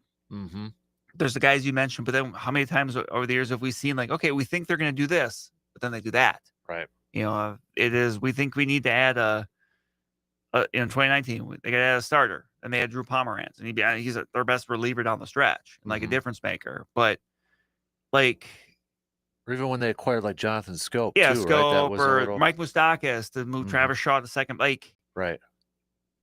Because you're right, because then you think about, like, well, what about, I don't think they would do it, because you're trying to figure out, okay, how do you get your best 9 on the field? It's like, well, right now, Joey Ortiz is not necessarily one of your best 9, like, but I don't think you're gonna move people around where it's like, okay, well, what if you trade for somebody and then you move Bryce Turang to short? It's just like, that's a lot it's possible, but it's just a lot to do in the middle of the year. Well, and that's kind of the point, because we had a couple people say, well, move Caleb Durbin to short because he's but I don't know if I want to do that at this point in time. With Caleb Durbin, because they've invested so much to him at third. He's got a little more experience at second. He's got experience at second. Like, I get the idea of, like, well, you play third, you can play short, but it's like, it's a little different. It's a little different, but like, it's just one of those things. Yeah, like if people were comfortable with that, I'm sure Bryce Turang wouldn't turn that down. Right. He would do it because it's what's best for the team, and he has experience playing short. It's just tough. It's tough to do in the middle of the year. Right. But this team is a bat. Like, I do think like they're one legit bat away from being really, really good. And it's just a matter of, well, if you're going to do that, like you mentioned O'Hearn, there's, that's a possibility too, because, he can play some left field, and, Isaac Collins has been very good, but Isaac Collins does have platoon splits. He's a much better hitter against lefties than righties. And Ryan O'Hearn being a big power hitting left-handed hitter, like, you'd think, okay, there's maybe some way you can make that work, and Collins can still be defensive replacement, stuff like that. Like, there's ways to do it, and that's just, the envelope is just so much further open with the Brewers, because you just know, like, it's very rarely simple for them. It's not like, well, we need a hitter. It looks like we need a hitter at this spot. Let's just go get one. Like, they're sometimes they make things more complicated than they should. Yeah. But they've also gotten results with that, thinking kind of outside the box. Right. Yeah. I'll be honest. I don't really know. Like, you're right. It's very similar to how many, let's face it. It's very similar to being a Packers fan in a lot of essence. Yeah, where like, they're not going to go out and spend money on like 5 free agents. They're going to kind of pick their spots with things. Right. They may go get somebody you've heard of, like a Josh Jacobs or Xavier McKinney, that like can make it be a difference maker, but they're not going to be out there at, they're not going to trade for Trey Hendrickson. I'm sorry. Or TJ Watt at in a minute in the free agency, you're not going to have 3 Adam Schefter tweets saying, the Green Bay Packers have agreed to, the Green Bay Packers per agent, whatever. Yep. Have agreed with, this person, this person, and this person. That's just not how they operate. And they've had success not operating that way, but that's I think that's just a similar thing with the Brewers, where I think they'll do something. It's just a matter of how. Is it a clear cut? It's power. They need a bat. I feel like every year, and I don't know if this is true, but I almost feel like every year they add a bullpen arm too. Yeah, and I wouldn't be opposed to that. Like, you can never have enough bullpen arms. You look at the best Brewers teams, here in the last decade plus, and they've been super deep in the rotate or in the bullpen. When you look at 2011, obviously you think of John Axford and K-Rod, but you also had LaTroy Hawkins and Takashi Saito pitching the 6th and the 7th. You look at 2018. You think of Knebel and Jeffress and Hader, but you also had Joaquin Soria, who they, grabbed at the deadline. Like, those 5th, 6th, 7th innings become so much more important in the postseason, because managers tend to have a quicker hook on their starters. So if you can go to guys in those spots that you trust, it makes all the difference in the world. And kind of going back to the offense, I mean, right now the Brewers are, they're eighth. They start today eighth in the majors in runs, but they do it despite being 23rd in homers and 19th in OPS. But big reason why is they're second steal. Like they're manufacturing in different ways. Yes, but and that's that's fine. But if you can add a little more power, I mean, it's not a bad thing. Like you don't want you kind of want to have a multifaceted offense, right? And again, I know sometimes some people kind of poo-poo at the idea of being a home run hitting team because that can go into slumps. But you also need just because so many times. Look at the teams that were in the World Series last year, Yankees, Dodgers, and I get it; they were both just excellent teams, but they were also teams that had a ton of power. Right? Like look at the bats. The Brewers saw up close what one big swing can do. Right? It didn't take 4 or 5 singles and some steals, for the Mets to eliminate the Brewers.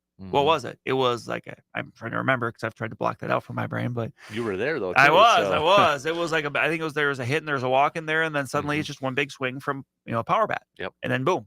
Yep. Like that's you just want to have that quick strike ability, even if you don't have to use it all the time. Exactly, and that's where I think it's good to kind of talk about what are the Brewers going to do, and when you mentioned the zigzag stuff, so it's this time of year too where we got to be careful where. Like, for example, when you read ESPN's hypothetical trades, and you know what I'm referring to, right? The Ronald Acuna one. Yes. It's not a rumor. It's not a report. It's a hypothetical thing, right? Which I don't think I would be shocked if any Brewers fan would. I'm not, because it's got the greatest player of all time, Sal Frelick, involved in that trade. And let's put it this way: I have yet to hear, and this was a popular thing amongst some friends and I, because someone had brought it up, and I had see nobody that liked it. Even though you are getting, look, Ronald Acuna Jr. is great. And if the Braves put him out there, he would fetch a big time package, not just because of how good he is, but also his contract is very affordable. Right. He kind of went that Jackson Chourio route a little bit, where he signed earlier on. Well, that's what we were told when Jackson signed that contract. We were saying the Ronald Acuna Jr. example, right? And it's not, and that's the deal where he doesn't need to be a Ronald Acuna level star for that to be a good value. Like it's a good value right now, right? But but seeing what was included in there, it's just like, and I would struggle to see the Brewers ever doing that just because of how they have to operate. Yeah, because it was Jesus Mate, Luis Pena, who are two guys that this time next year could be top 15 prospects. And Logan Henderson, Abner Uribe, and Sal Frelick. Yeah, I know. It's a lot. I mean, so be careful. It's not rumors. That's just hypothetical, like writers saying, "Hey, they should do this for this." Right. I think honestly, if Matt Arnold called whoever the general manager is for the Braves with that deal, if I'm the Braves GM, I'd be like, yeah, let's do it. You sure? Not even asking, are you sure? Yeah, keep you on the line. Yeah. Keep you on the line. But I'm curious, where does it come from? Because I think they understand they need more offense. I mean, how could you not? Right. It's just a matter, like you said, where do you go to get it? How do you get it? Because right now you look around the lineup, it's just like, there's a lot of places you feel like are pretty solidly secure. You're probably not getting a catcher, another catcher.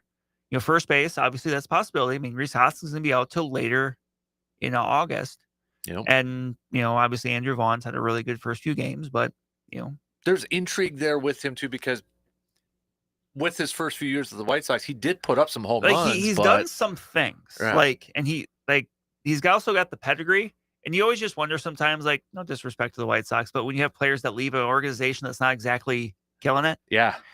And, he's a guy I just don't, I don't think he'd ever be a superstar, but right. He, there's been years where he hit 20 home runs or 9, whatever. He's done. He had a 21 and a 19 season, I think. He's been able to produce something. And, right now, he's played outfield in the past, but he should never play outfield again. He is slow. So is he like a Jake Bauers in the outfield a little bit? I would say Bauers is better. Oh, wow. Okay. But I mean, Eric Thames in the outfield. Hey, now you've never seen a guy that jacked run that fast, but he should just know. Because of the depth this team has, it's the comparison I make is you played softball with me. I played outfield. That doesn't mean I should have, but I did because it was a need. But that does, in a perfect world, I wasn't playing outfield. Mm-hmm. In a perfect world, Andrew Vaughn is parked at first base. We've already seen him make some plays there. Like, yep. You've got enough other outfielders where you just don't have to worry about it. Mm-hmm. But yes, it's where does this offense come from? And they've got a couple weeks to try to figure it out. Yeah. All right. We got to take a quick break. We'll wrap up the second hour and then get into our busy final 8 o'clock hour. We'll be back in just a couple minutes.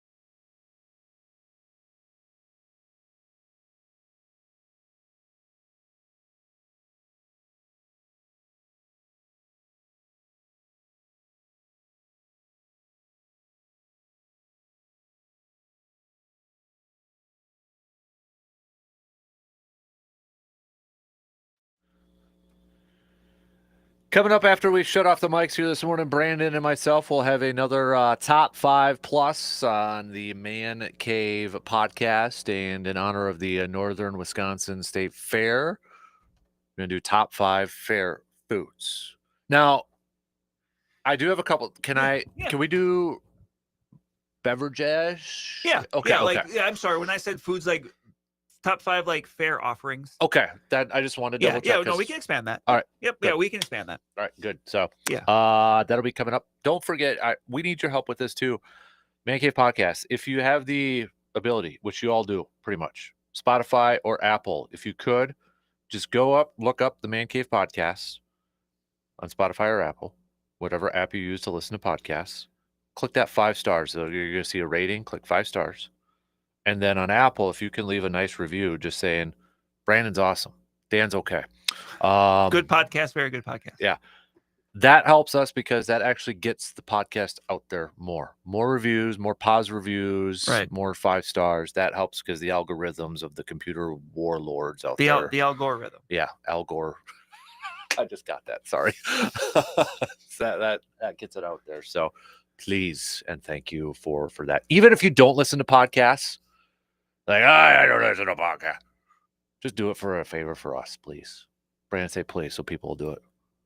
Please. Okay. Brandon's mom, if you're listening, please. Please.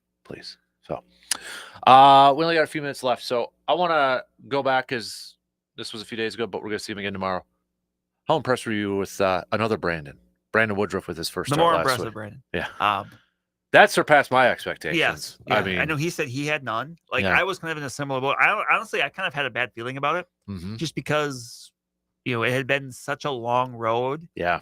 But I think the thing I was most impressed with is how he knew, and I think it just comes down to him being a really smart player, but like how he knew, like, I can't pitch the same way I did before because the velocity is not quite there. I mean, we look back, his last few years, he was able to just pump 98-mile-an-hour 4-seamers and just say hit it. Yep. He doesn't have that velocity right now. So I think he added the cutter, he added the sweeper. I mean, he hasn't necessarily thrown very much. Right. But he almost it seemed like he became more, I don't want to say sinker slider, but like a little bit. Like he just knew, like, okay, I got to be more on command with my point, or on point with my command. And just working efficiently. I mean, he went 6 innings, 70 pitches. Yeah. Yeah, that was and he that still got me. the strikeouts. I'm like, hey, I get it. The Marlins are a great lineup, but you know what? It's a major league lineup. Yep. And his first start back, it says 2023. Give that guy all the credit in the dang world, man. Right. I mean, that was fantastic. And now he's getting set.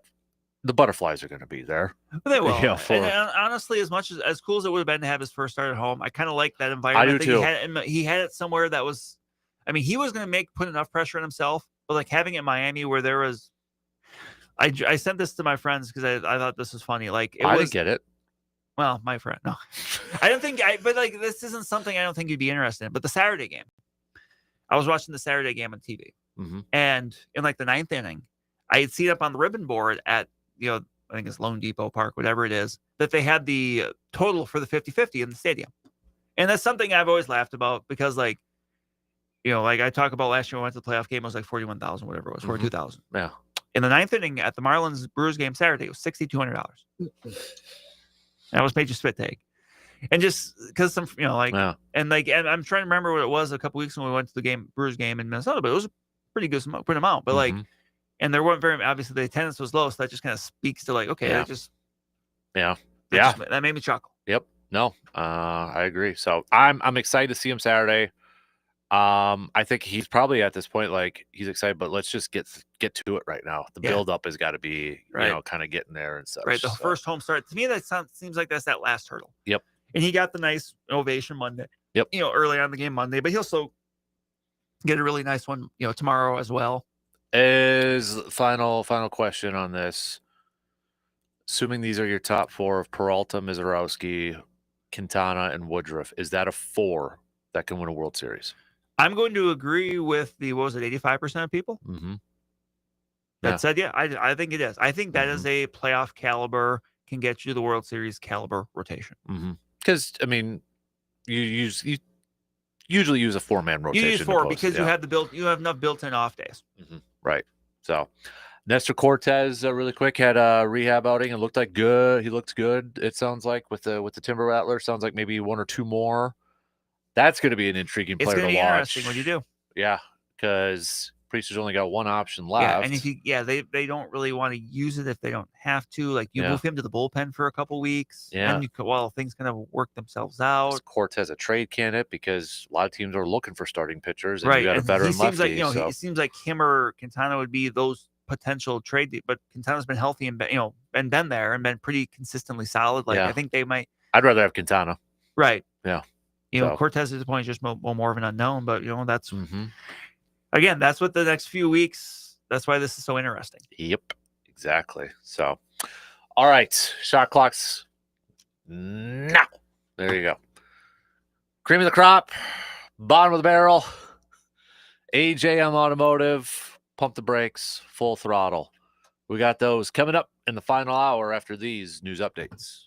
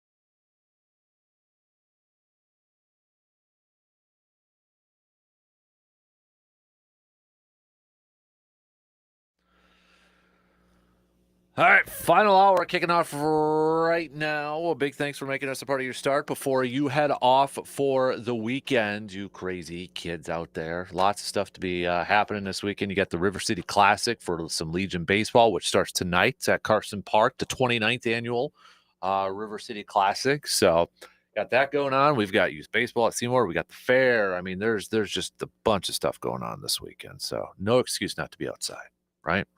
So unless it's raining. Hopefully it doesn't. But one more hour here, and then we're going to do the podcast coming up here. We've got our AJM Automotive Pump the Brakes Full Throttle. And before we do that, let's do a little cream of the crop and bottom of the barrel. I forgot my touchscreen does not work anymore. It sounds like in a couple weeks we're going to be in the new studio finally. For that before. Yeah. Oh, shots fired.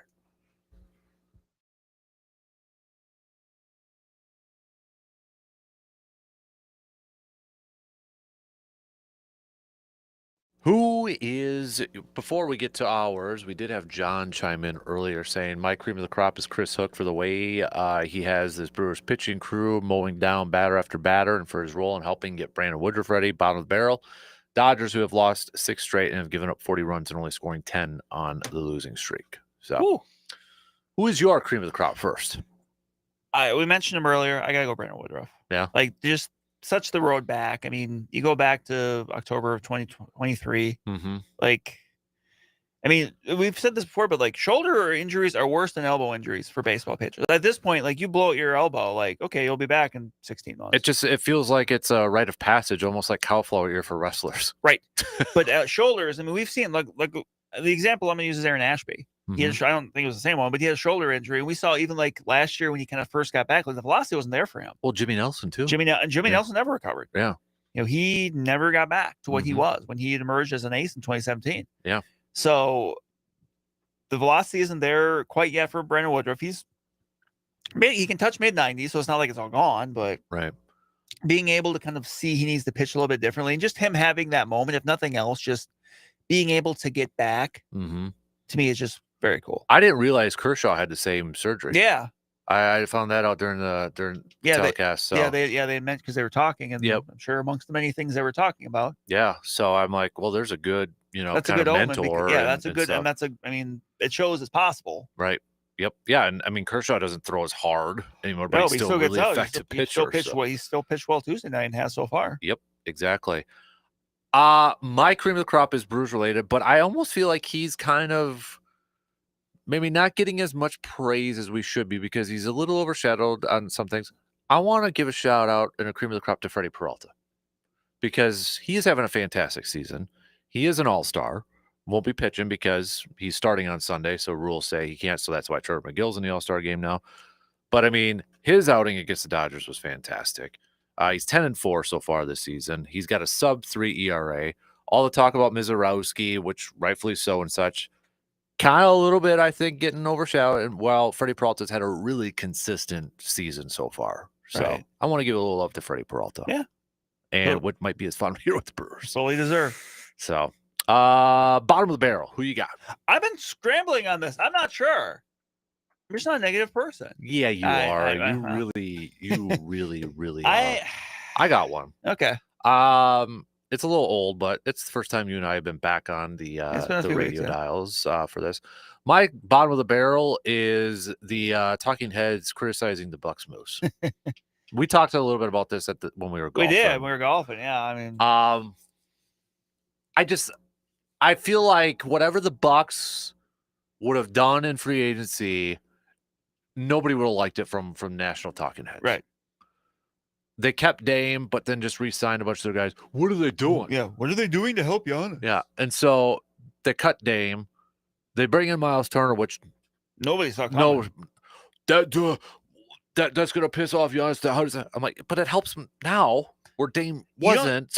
You don't think they went to Giannis and said, hey, this is a possibility here. What do you think? Right. I find that hard to believe that they wouldn't have. Right. I find that hard to believe. Because I think even didn't Miles Turner say like something about like he had talked about Giannis? Something with Giannis? Yeah. And my thing is too is like, don't you think Miles Turner might have reached out to Giannis being like, hey, if I sign here, are you going to be here? Right. Because if he doesn't sign there, or if Giannis says, "Nah, I'm going to force," does Miles Turner Why sign would he there? come? Right. I mean, what are we doing here? It's so old and so tiring. It'll never stop. No, it which I mean, we should just become accustomed to it and such. But it's like Right. you can't have both. Did you just want them to keep Dame while also signing Miles Turner? Because That's not possible. right. That math does not math. It does not math, and it's just like I was shocked they did it. But let's take a step back and like, okay, John Horst might have pulled off something here. Right. And I look at the Eastern Conference now. Indiana's depleted. Tyrese ain't playing. That's Yeah. already been ruled out. Miles Turner's gone. I don't know what the Celtics are going to do this year. I think they're a playoff team, but are they going to be as dominant? Probably not with no Tatum. Orlando has made improvements. Atlanta's made improvements. Orlando's trying to seize the opportunity. Yep. Cleveland is still going to be a good team. We'll see about the Knicks. I mean, I don't know what to expect with Mike Brown as head coach coming over there. The Bucks, I think, right now on paper, are a top 4 team in the East. They get a shot. Like, yes. They get a puncher's chance. Yes. In what was supposed to be the quote-unquote gap year. Right. Like, I think you got to give John Horst a lot of credit. And we talked about, you and I talked about this last week, too, while we were golfing. Mm-hmm. Like, the 3 times that they've kind of had Giannis in decision-making mode, he has done something to kind of move the needle. Yes. The first time was the Drew Holiday trade. The second time was the Dame Lillard trade. The third time was signing Miles Turner. Mm-hmm. Like, he understands and has the sense of urgency. And I give him credit for that. Even if it doesn't work, I give him credit for saying, you know what? We got to do something. Yes. And then especially this time, it's like, let's get a little creative with this. Yes. If it doesn't work, I mean, we can't sit here and say he never tried. Right. If it doesn't work and Giannis is gone, well, then guess what? It's gonna be rough anyway. Mm-hmm. Because there's 2 sides of that. If he sits there with Giannis, he has Giannis, but isn't aggressive. You have a Aaron Rodgers Packers situation where the argument is, did they do enough to surround him? And then now you got this where I take it from the side of like they're trying. They're doing what they can. Right. I mean, ask a lot of Brewers fans too, right?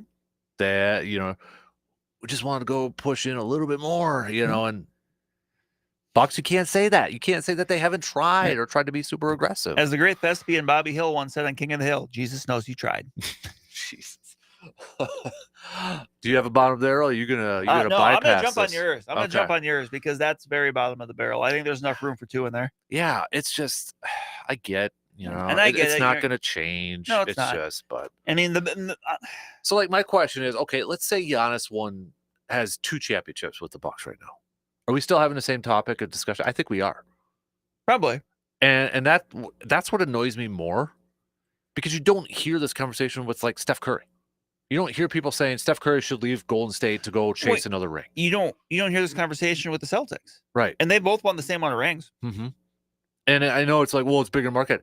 That's the frustrating part. That's the part. That's the point. That's the frustrating part. Yep. It's like it's one of those things where it's just like the way I've chosen to address things when, like, if there's things, and it's not necessarily really just ESPN, so I mean, but like, or media people that like, I don't respect their takes. I just don't interact with it. Right. You know what I mean? Like, because even if you think something is very stupid, sometimes the worst thing you can do is amplify that. Yes. Don't acknowledge it. Yes. And I know we're kind of sort of acknowledging it here, it's like, but yeah, but it's to me, it's like a fire. Like the worst thing you can give a fire is oxygen. That's what a fire needs to burn and spread. Don't give a fire oxygen. Right. I think honestly, I do wonder if there's certain people that would just be happy if these leagues would shrink to where there's just 6 teams. The old original 6 in the NHL, but for the NBA, and it's LA and New York and Boston, and just let's have a regional team, a couple teams in each region, and call it good, sort of thing. It's just no, come on now. It's frustrating. Yeah. So, on that note, let's take a deep breath and do a little. Let's pump the brakes or rev back up for full throttle. Like that segue? That was pretty cool. So, all right, let's take a quick break and we'll be back in just a couple minutes.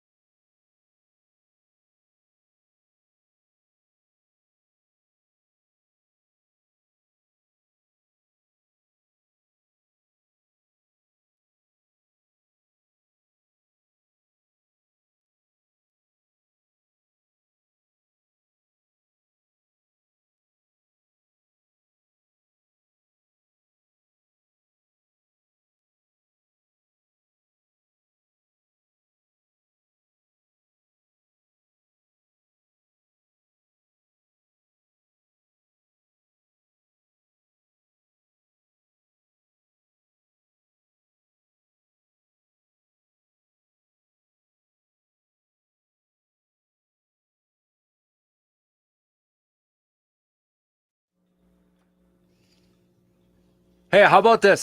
Our good buddy Phil from Hy-Vee.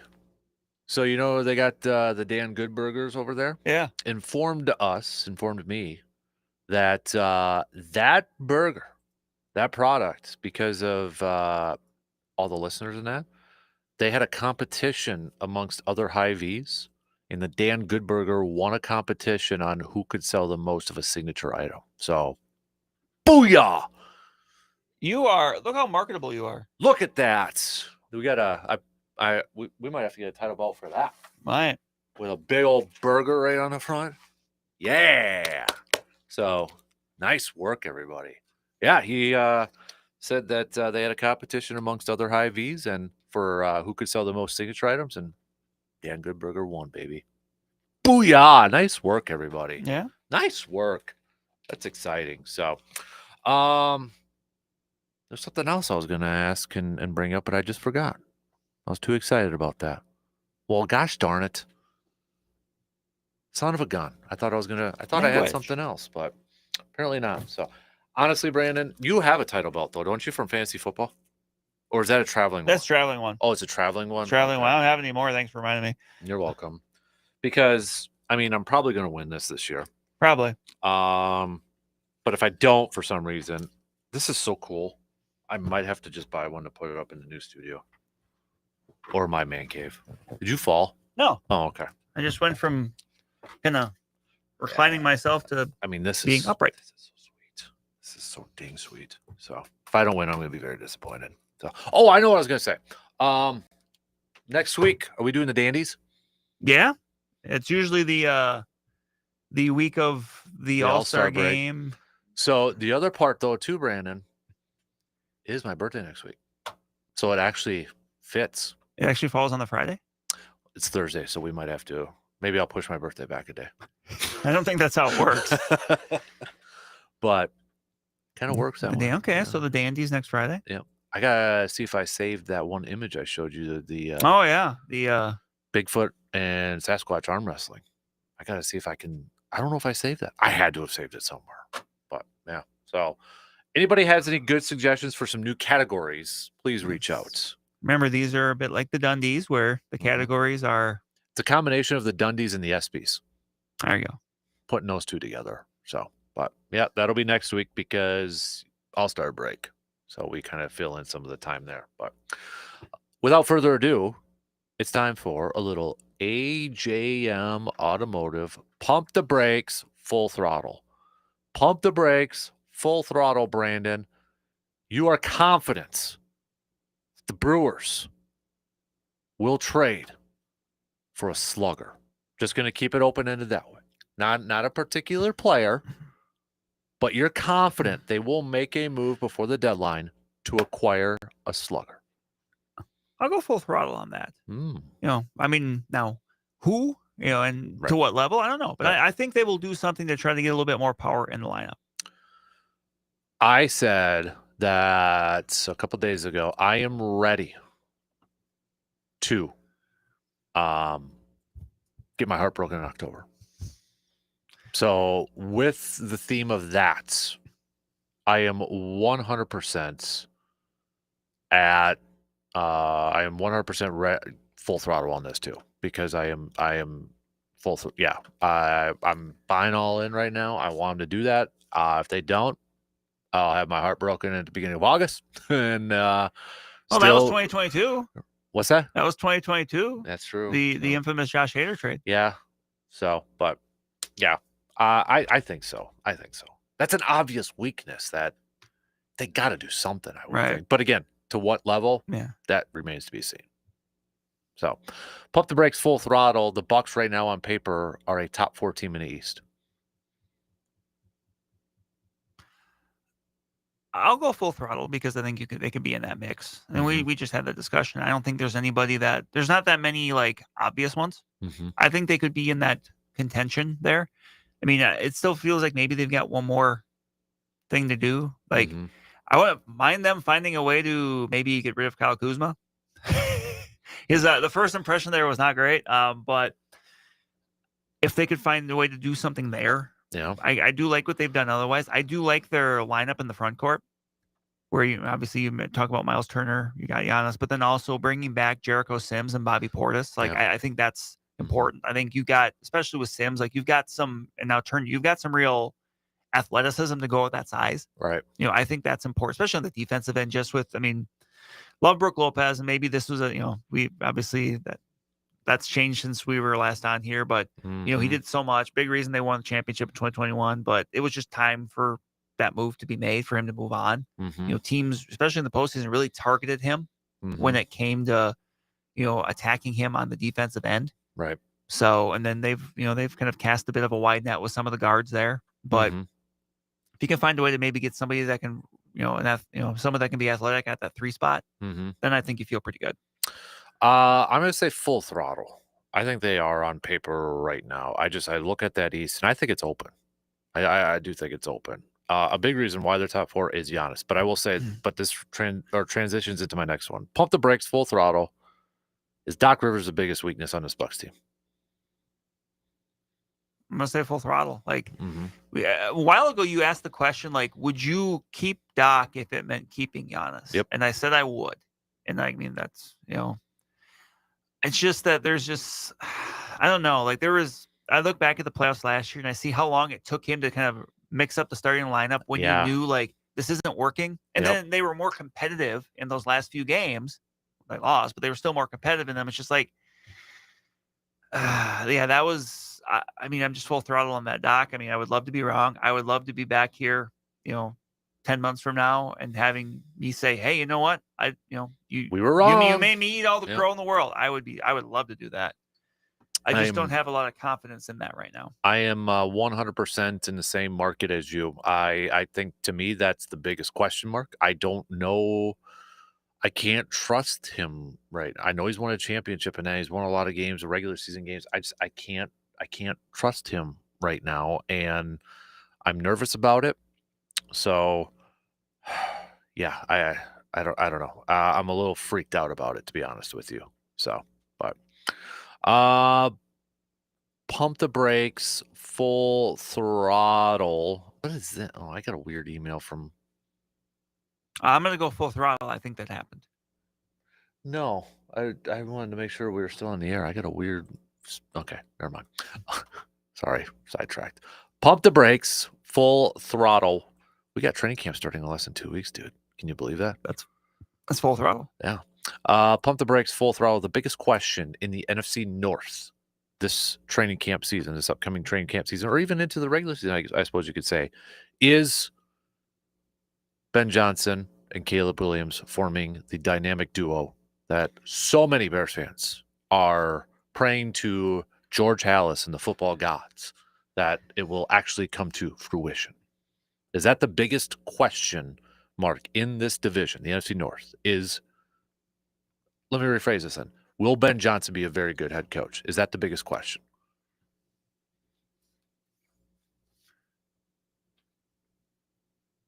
I'm going to pump the brakes, and I'm going to go homer on this. I'm going to say the biggest question is J.J. McCarthy. Okay. Because if J.J. McCarthy is good, that Vikings roster overall is good enough to go away. Homer. I'm going to be a homer on this one. In the Ben Johnson, Caleb Williams thing, I don't think we necessarily have to answer right this second. But Bears fans will want that answer.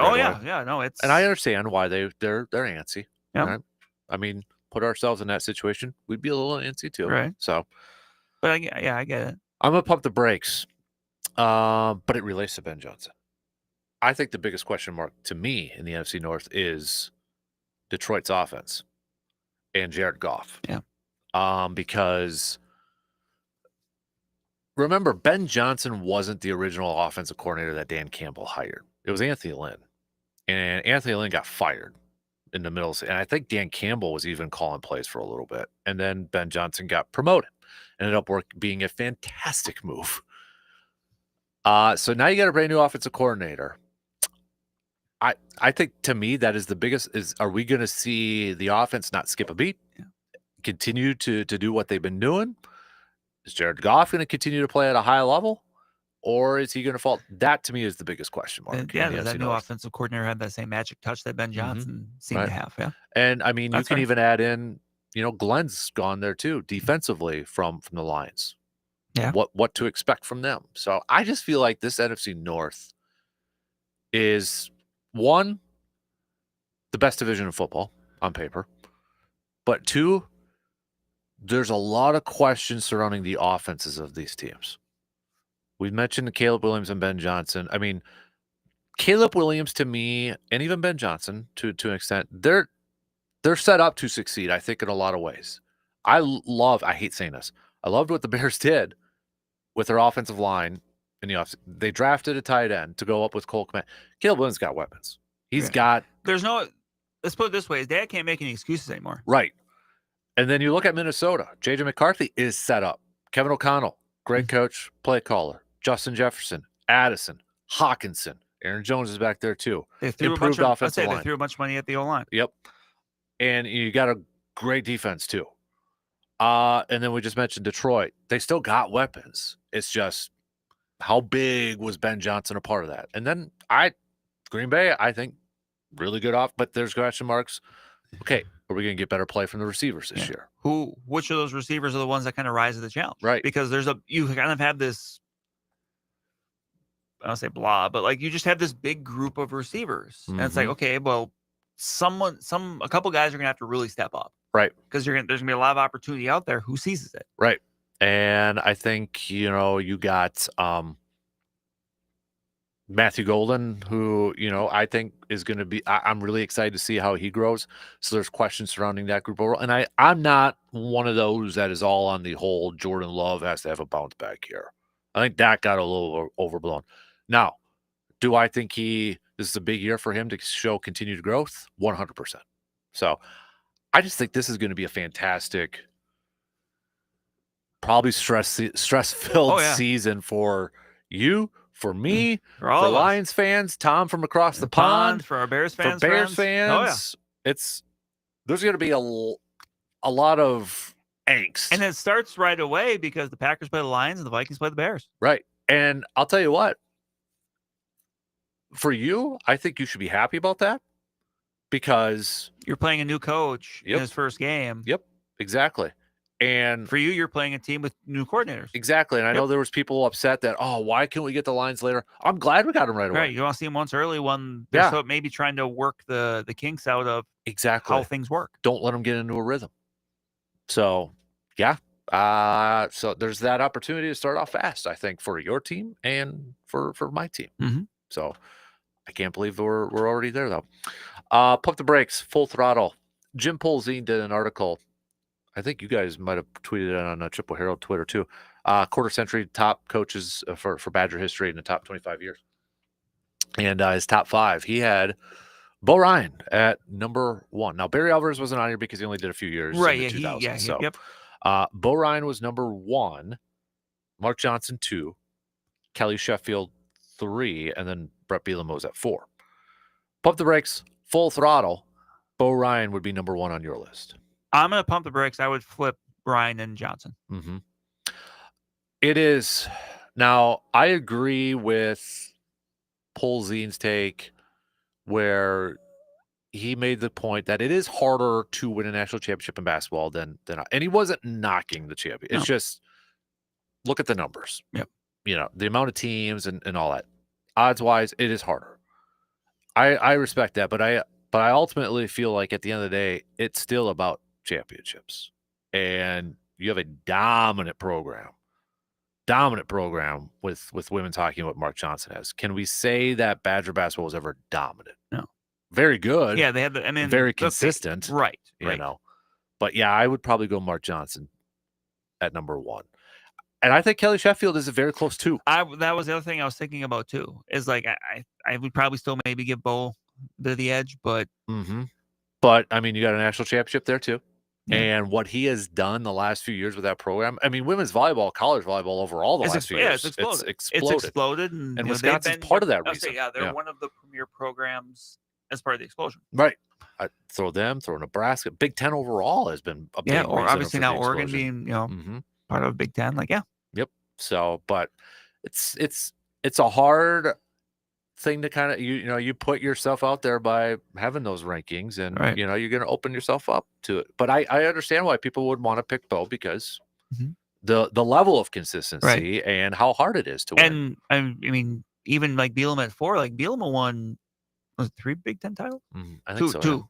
2 or 3. Because they went to 3 in a row, but it was the third one. Right. Yeah. So okay, my bad. Yeah. So, but he won back to back, and he won like a couple. I mean, he won 2 back to back, like in the the second one. Got to a couple Rose Bowls. Right. And he wasn't there very super long, but like no, that's fair.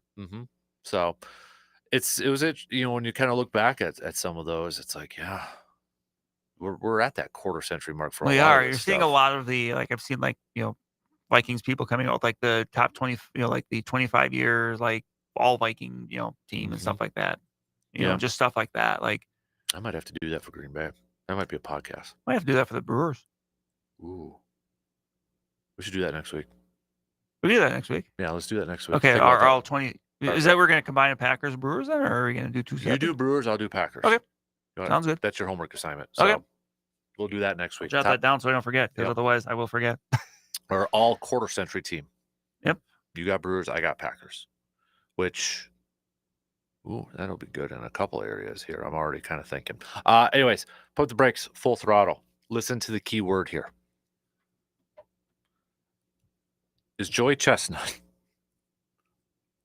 the best competitor we have seen in competitions?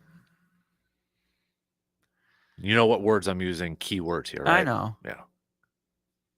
The. Yes. The. I'm gonna pump the brakes just because I don't know how to define not the like how I know what you're trying to say. Yep. Competitions, competitive. Like I don't know if I have that much knowledge to be able to definitively say that. Because I saw this. The reason I bring this up, I saw this out there that people were throwing, Joey Chestnut, top competitor, one of the best competitors of all time. And I thought that was an interesting way to put it. I would say it's a more correct way to frame it. Because they're not saying athlete, they're saying competitor. Right. Competitive eating. Yep. So I'm like, ooh. Now if they would have said athlete, I would have said no. Right. I would have said no. But the fact that they put competitor in there, and I'm like, now you're talking about, like, I would put in there Bobby Fischer, just for example. You're competing, stuff like that. I would probably pump the brakes too, because I'm kind of like you. Like, okay, if we're saying competitors, that to me still includes athletes, right? Like, it's one of those things like it can, but it's not limited to. Right. So if I'm putting Kobe, Jordan, Tiger into that competitive category, am I going to pick Joey Chestnut over Tiger Woods in his prime as a competitor? I don't know about that. Kobe, Jordan, no, that sort of stuff. So I would have to pump the brakes on it. But it makes you think. It does. A little bit. And so I saw that because after, obviously, July 4th and this whole thing, the way I was seeing people kind of phrase that, I'm like, ooh, okay. Gives you a little bit of a pause. There's more nuance to it. There is. There definitely is. Pump the brakes, full throttle. On a scale of 1 to 10, you are at a 9 for excitement level for the upcoming Badger football season. I would say I'm at like a 7 or an 8. Why? Because I'm compared to other years, I'm not sure the upside, or at least the perceived upside, is as much there. Mm-hmm. Like, I think the over-under is about 5.5. Yeah, which I think is a good one. It is. But like, given the way the last few years would be, like, if they found a way to go 8-4, I'd be thrilled. But I'm thinking 6-6. I got 5. And it's right on that line, like 5 or 6. Like, the biggest thing, and I'm sure we'll talk about this more when we get closer, but the biggest thing I want to see the signature win. Yes. I want to see the game that you win that people didn't think you were going to. Yes. Against the team that's better than you. Yep. I don't know when it is. I don't know who it is. Like, I don't consider beating Minnesota a signature win. We're talking like, but I'm Alabama, Oregon, Ohio State, those type of teams. Yeah, Michigan or something. Yeah. They happen. That's what makes college football great. Those things happen. Mm-hmm. Like, I want to see that. I want to see a win where I go, okay, like I get, like that, like where you just feel like, okay, this was a big deal. Yep. That hasn't happened yet. Under Under Luke Fickle, that has not happened yet. Nope. The games they've won are the games they generally should have won. Mm-hmm. They've lost some games you feel like they should have won for sure, but like there hasn't been that signature win yet. Right. That needs to come at some point this fall. I don't know when, but it needs to happen. I mean, I know you are more of a diehard college football fan than I am. I mean, I like college football. But compared to you and I, you are more of the like, okay, this is my like. I will sit down if I'm not working or something on a Saturday. Like I will, and so the Badgers play at 2:30. Right. If it's 11 o'clock, I'm like, okay, well, I'll find a game to watch. Well, I'll watch LSU Vanderbilt or something. Well, I mean, you're watching triple options for Army. And, you're darn right. That sort of you're stuff. darn right. So, I'll admit, like there's part of me that I'm intrigued to see, because for the longest time, for over the years for Badger football, we were like, okay, play the tougher competition, and now it's here, but it's like our team stinks when it's here. So there's that intrigue for me to see how. Part of it is how bad are they really, but the other part is like, okay, how do they stack up then? Right. Like there's that intrigue to see how they compare, and I think there's the intrigue too. Like, okay, it's year 3. Can we see, like you said, the signature win, but also how competitive can Luke Fickle and these guys like be? Tangible growth. Right. And the big thing too is going to be the offense, the Jeff Grimes offense, which is going to look a lot different than what we saw, the last few years of Phil Longo. How do they make that move to that? Being back to a bit more of a run based, physical team. Yep. So, last one. Pump the Brakes, Full Throttle. You were the public address announcer at the CRBL All-Star game last week. Oh, Pump the Brakes. That was Dave Hansen. Okay. Somebody asked. No, that was Dave Hansen. I didn't think that was you. No, so. no, that was Dave. Yeah. That was local legend Dave Hansen. He was up there with his dulcet tones. So I didn't think so, but I had to ask it because somebody said Brandon was the public. I'm like, no, I was not. No, that was Dave. I was there. You were there. I was there working, but that was not me on the PA. That is your Pump the Brakes, Full Throttle, brought to you by AJM Automotive. Final break, and then we'll make some picks. Will the Brewers tank this series, fall in the trap against the Nationals? Will the Yankees sweep the Cubs? We'll make those picks coming up after these quick words.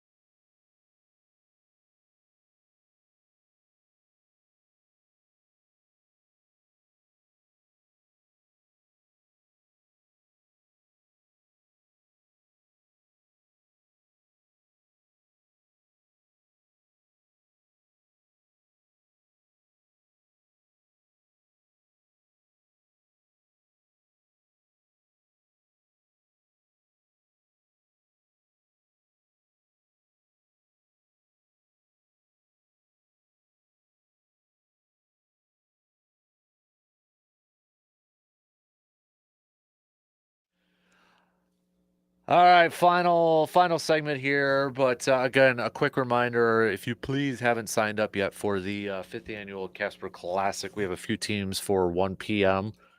Get on over to sportstalk1051.com and get your team in now if you're interested in sponsoring. We have that. Sponsorship comes with the team too. So, or if you would like to donate a raffle prize, we've got that. Actually, thank you. We had 2 more signups this morning. I just looked it up. Yeah. So thank you to whoever that was. Pretty close to being full up here. Yes. So please, let's get if this you a wait 5th year and in a you row. slack to sign up, you might not get in. We Here's just the want to thing. make sure you have ample opportunities to get in. And I'm not doing a waiting list. I've done that before, and that's just no. That's messy. Yep. So full is full. So last I checked, I refreshed it. We had 2 more. Whoever you were, you get a tip of the cap, and you are a cream of the crop for today. Ooh. For those of you who don't, bottom of the barrel for all you. So please, let's make it 5 years in a row. 5 years in a row that we sell this out. 5. All right, ready for some picks, bro? Yeah, bro. You know what's weird is when my 8-year-old calls me bro. Bro or dude. You know, when we're playing like catch or something, and I make a bad throw, he's like, bro. I'm like, don't call me bro. I'm not your buddy, guy. So as usual, when we do these MLB picks on a Friday, we're doing it for the series and such. So the Battle of Cleveland and the Chicago White Sox. Yesterday's game was actually postponed. So, but again, we're doing series. They got a doubleheader today. Who wins the series, Cleveland or the White Sox? So that means they're playing 4? 2 today, I said. That's what I mean. Then. Oh, yeah. I'll take Cleveland 3 or 4 then. I'm going to go Cleveland wins this, even though they're struggling a little bit here. They are. So I'm going to go Cleveland. I'm going to save the Chicago and the Brewers ones for a little bit later to add some drama to this thing. So Miami, Baltimore. Baltimore 2 or 3. Even though Miami, outside of that Brewers series, is playing really, really well. I'm going to go Miami 2. I'm going to go Baltimore. I'm going to go Miami. I'm going to go Baltimore. I'm going to go Miami. Colorado, Cincinnati. Cincinnati. Yeah, I got the Reds too. Seattle and Detroit. Interesting one. Yeah. I'm going to go Detroit 2 or 3 though. Mm-hmm. They are clicking along. Yep. I'm going to go Detroit too. Tariq Skubal starts. So would he be able to start the All-Star game if he starts today, Saturday, Sunday, Monday? That's close. I don't know if I probably wouldn't have to do it. Even if and I think, that's always tough because you look at the Brewers were pretty pro to starting Sunday. It's like, well, don't you want to pitch an All-Star game? Say, yeah, but don't you want him to get another start in? Wouldn't you rather for your team have him start Sunday, especially because he's been there before? It's one thing. I think that's the thing. If he hasn't, then maybe they change it. If it's your first time, then that's one thing. But once you've done it before, and you're still there for the festivities and stuff, in some ways, that's kind of the bigger honor. Yeah. Yep. Getting introduced and being a part of the team in that too. So, because honestly, he probably wouldn't be, if he was, it'd be way later in the game. Yeah. Right. So, where did we? Okay. So Tampa Bay, Boston. Boston's playing really good right now. They are. But I'm going to go Tampa Bay. Tampa Bay sneaky. I'm going to go with them too. By the way, a good cream of the crop that could have been for us, Toronto. The way the Blue Jays have been playing. I mean. They're right back in it. Yeah. Let's go with the Mets and the Royals. I'm going to go the Royals. Ooh. I'm going to go Mets. Fancy. Yeah, I'll go Mets. So here's another example too. Paul Skeens pitches today. So will he start Pittsburgh, Minnesota? I'm going to go Minnesota. They're coming off 2 out of 3 to the Cubs. I think I get 2 out of 3 here too. I think this is a big series too because they are very mentioned a lot about trade and selling and Griffin Jackson. If they decide to sell, they would be in a good position because I think they would have a lot of players opposing teams want. Yep. But I'm going to go Twins. Coming off that series against the Cubbies, I'm going to go Twins too. So, the Battle of Texas, the Rangers and the Astros. These teams do not like each other. I'm going to go with the Astros. I'm going to go Astros too. Let's do the Braves and the Cardinals. I'm going to go with the Cardinals. I'm going to go Cardinals too. Diamondbacks, Angels. Angels are hanging around. Yeah, they are. I'm going to go the Angels 2 or 3. I got the Angels as well. Phillies and Padres. Good one. Yeah. In San Diego. I'm going to go Phillies. Phillies. Speaking of those Blue Jays, they're taking on the A's. I'm going to go Blue Jays. Same here. This is a good one too. Dodgers, Giants. Yeah. Speaking of teams that don't like each other, I'm going to go Dodgers. I think they bounce back here. They're down, but they're not going to be down forever. I agree.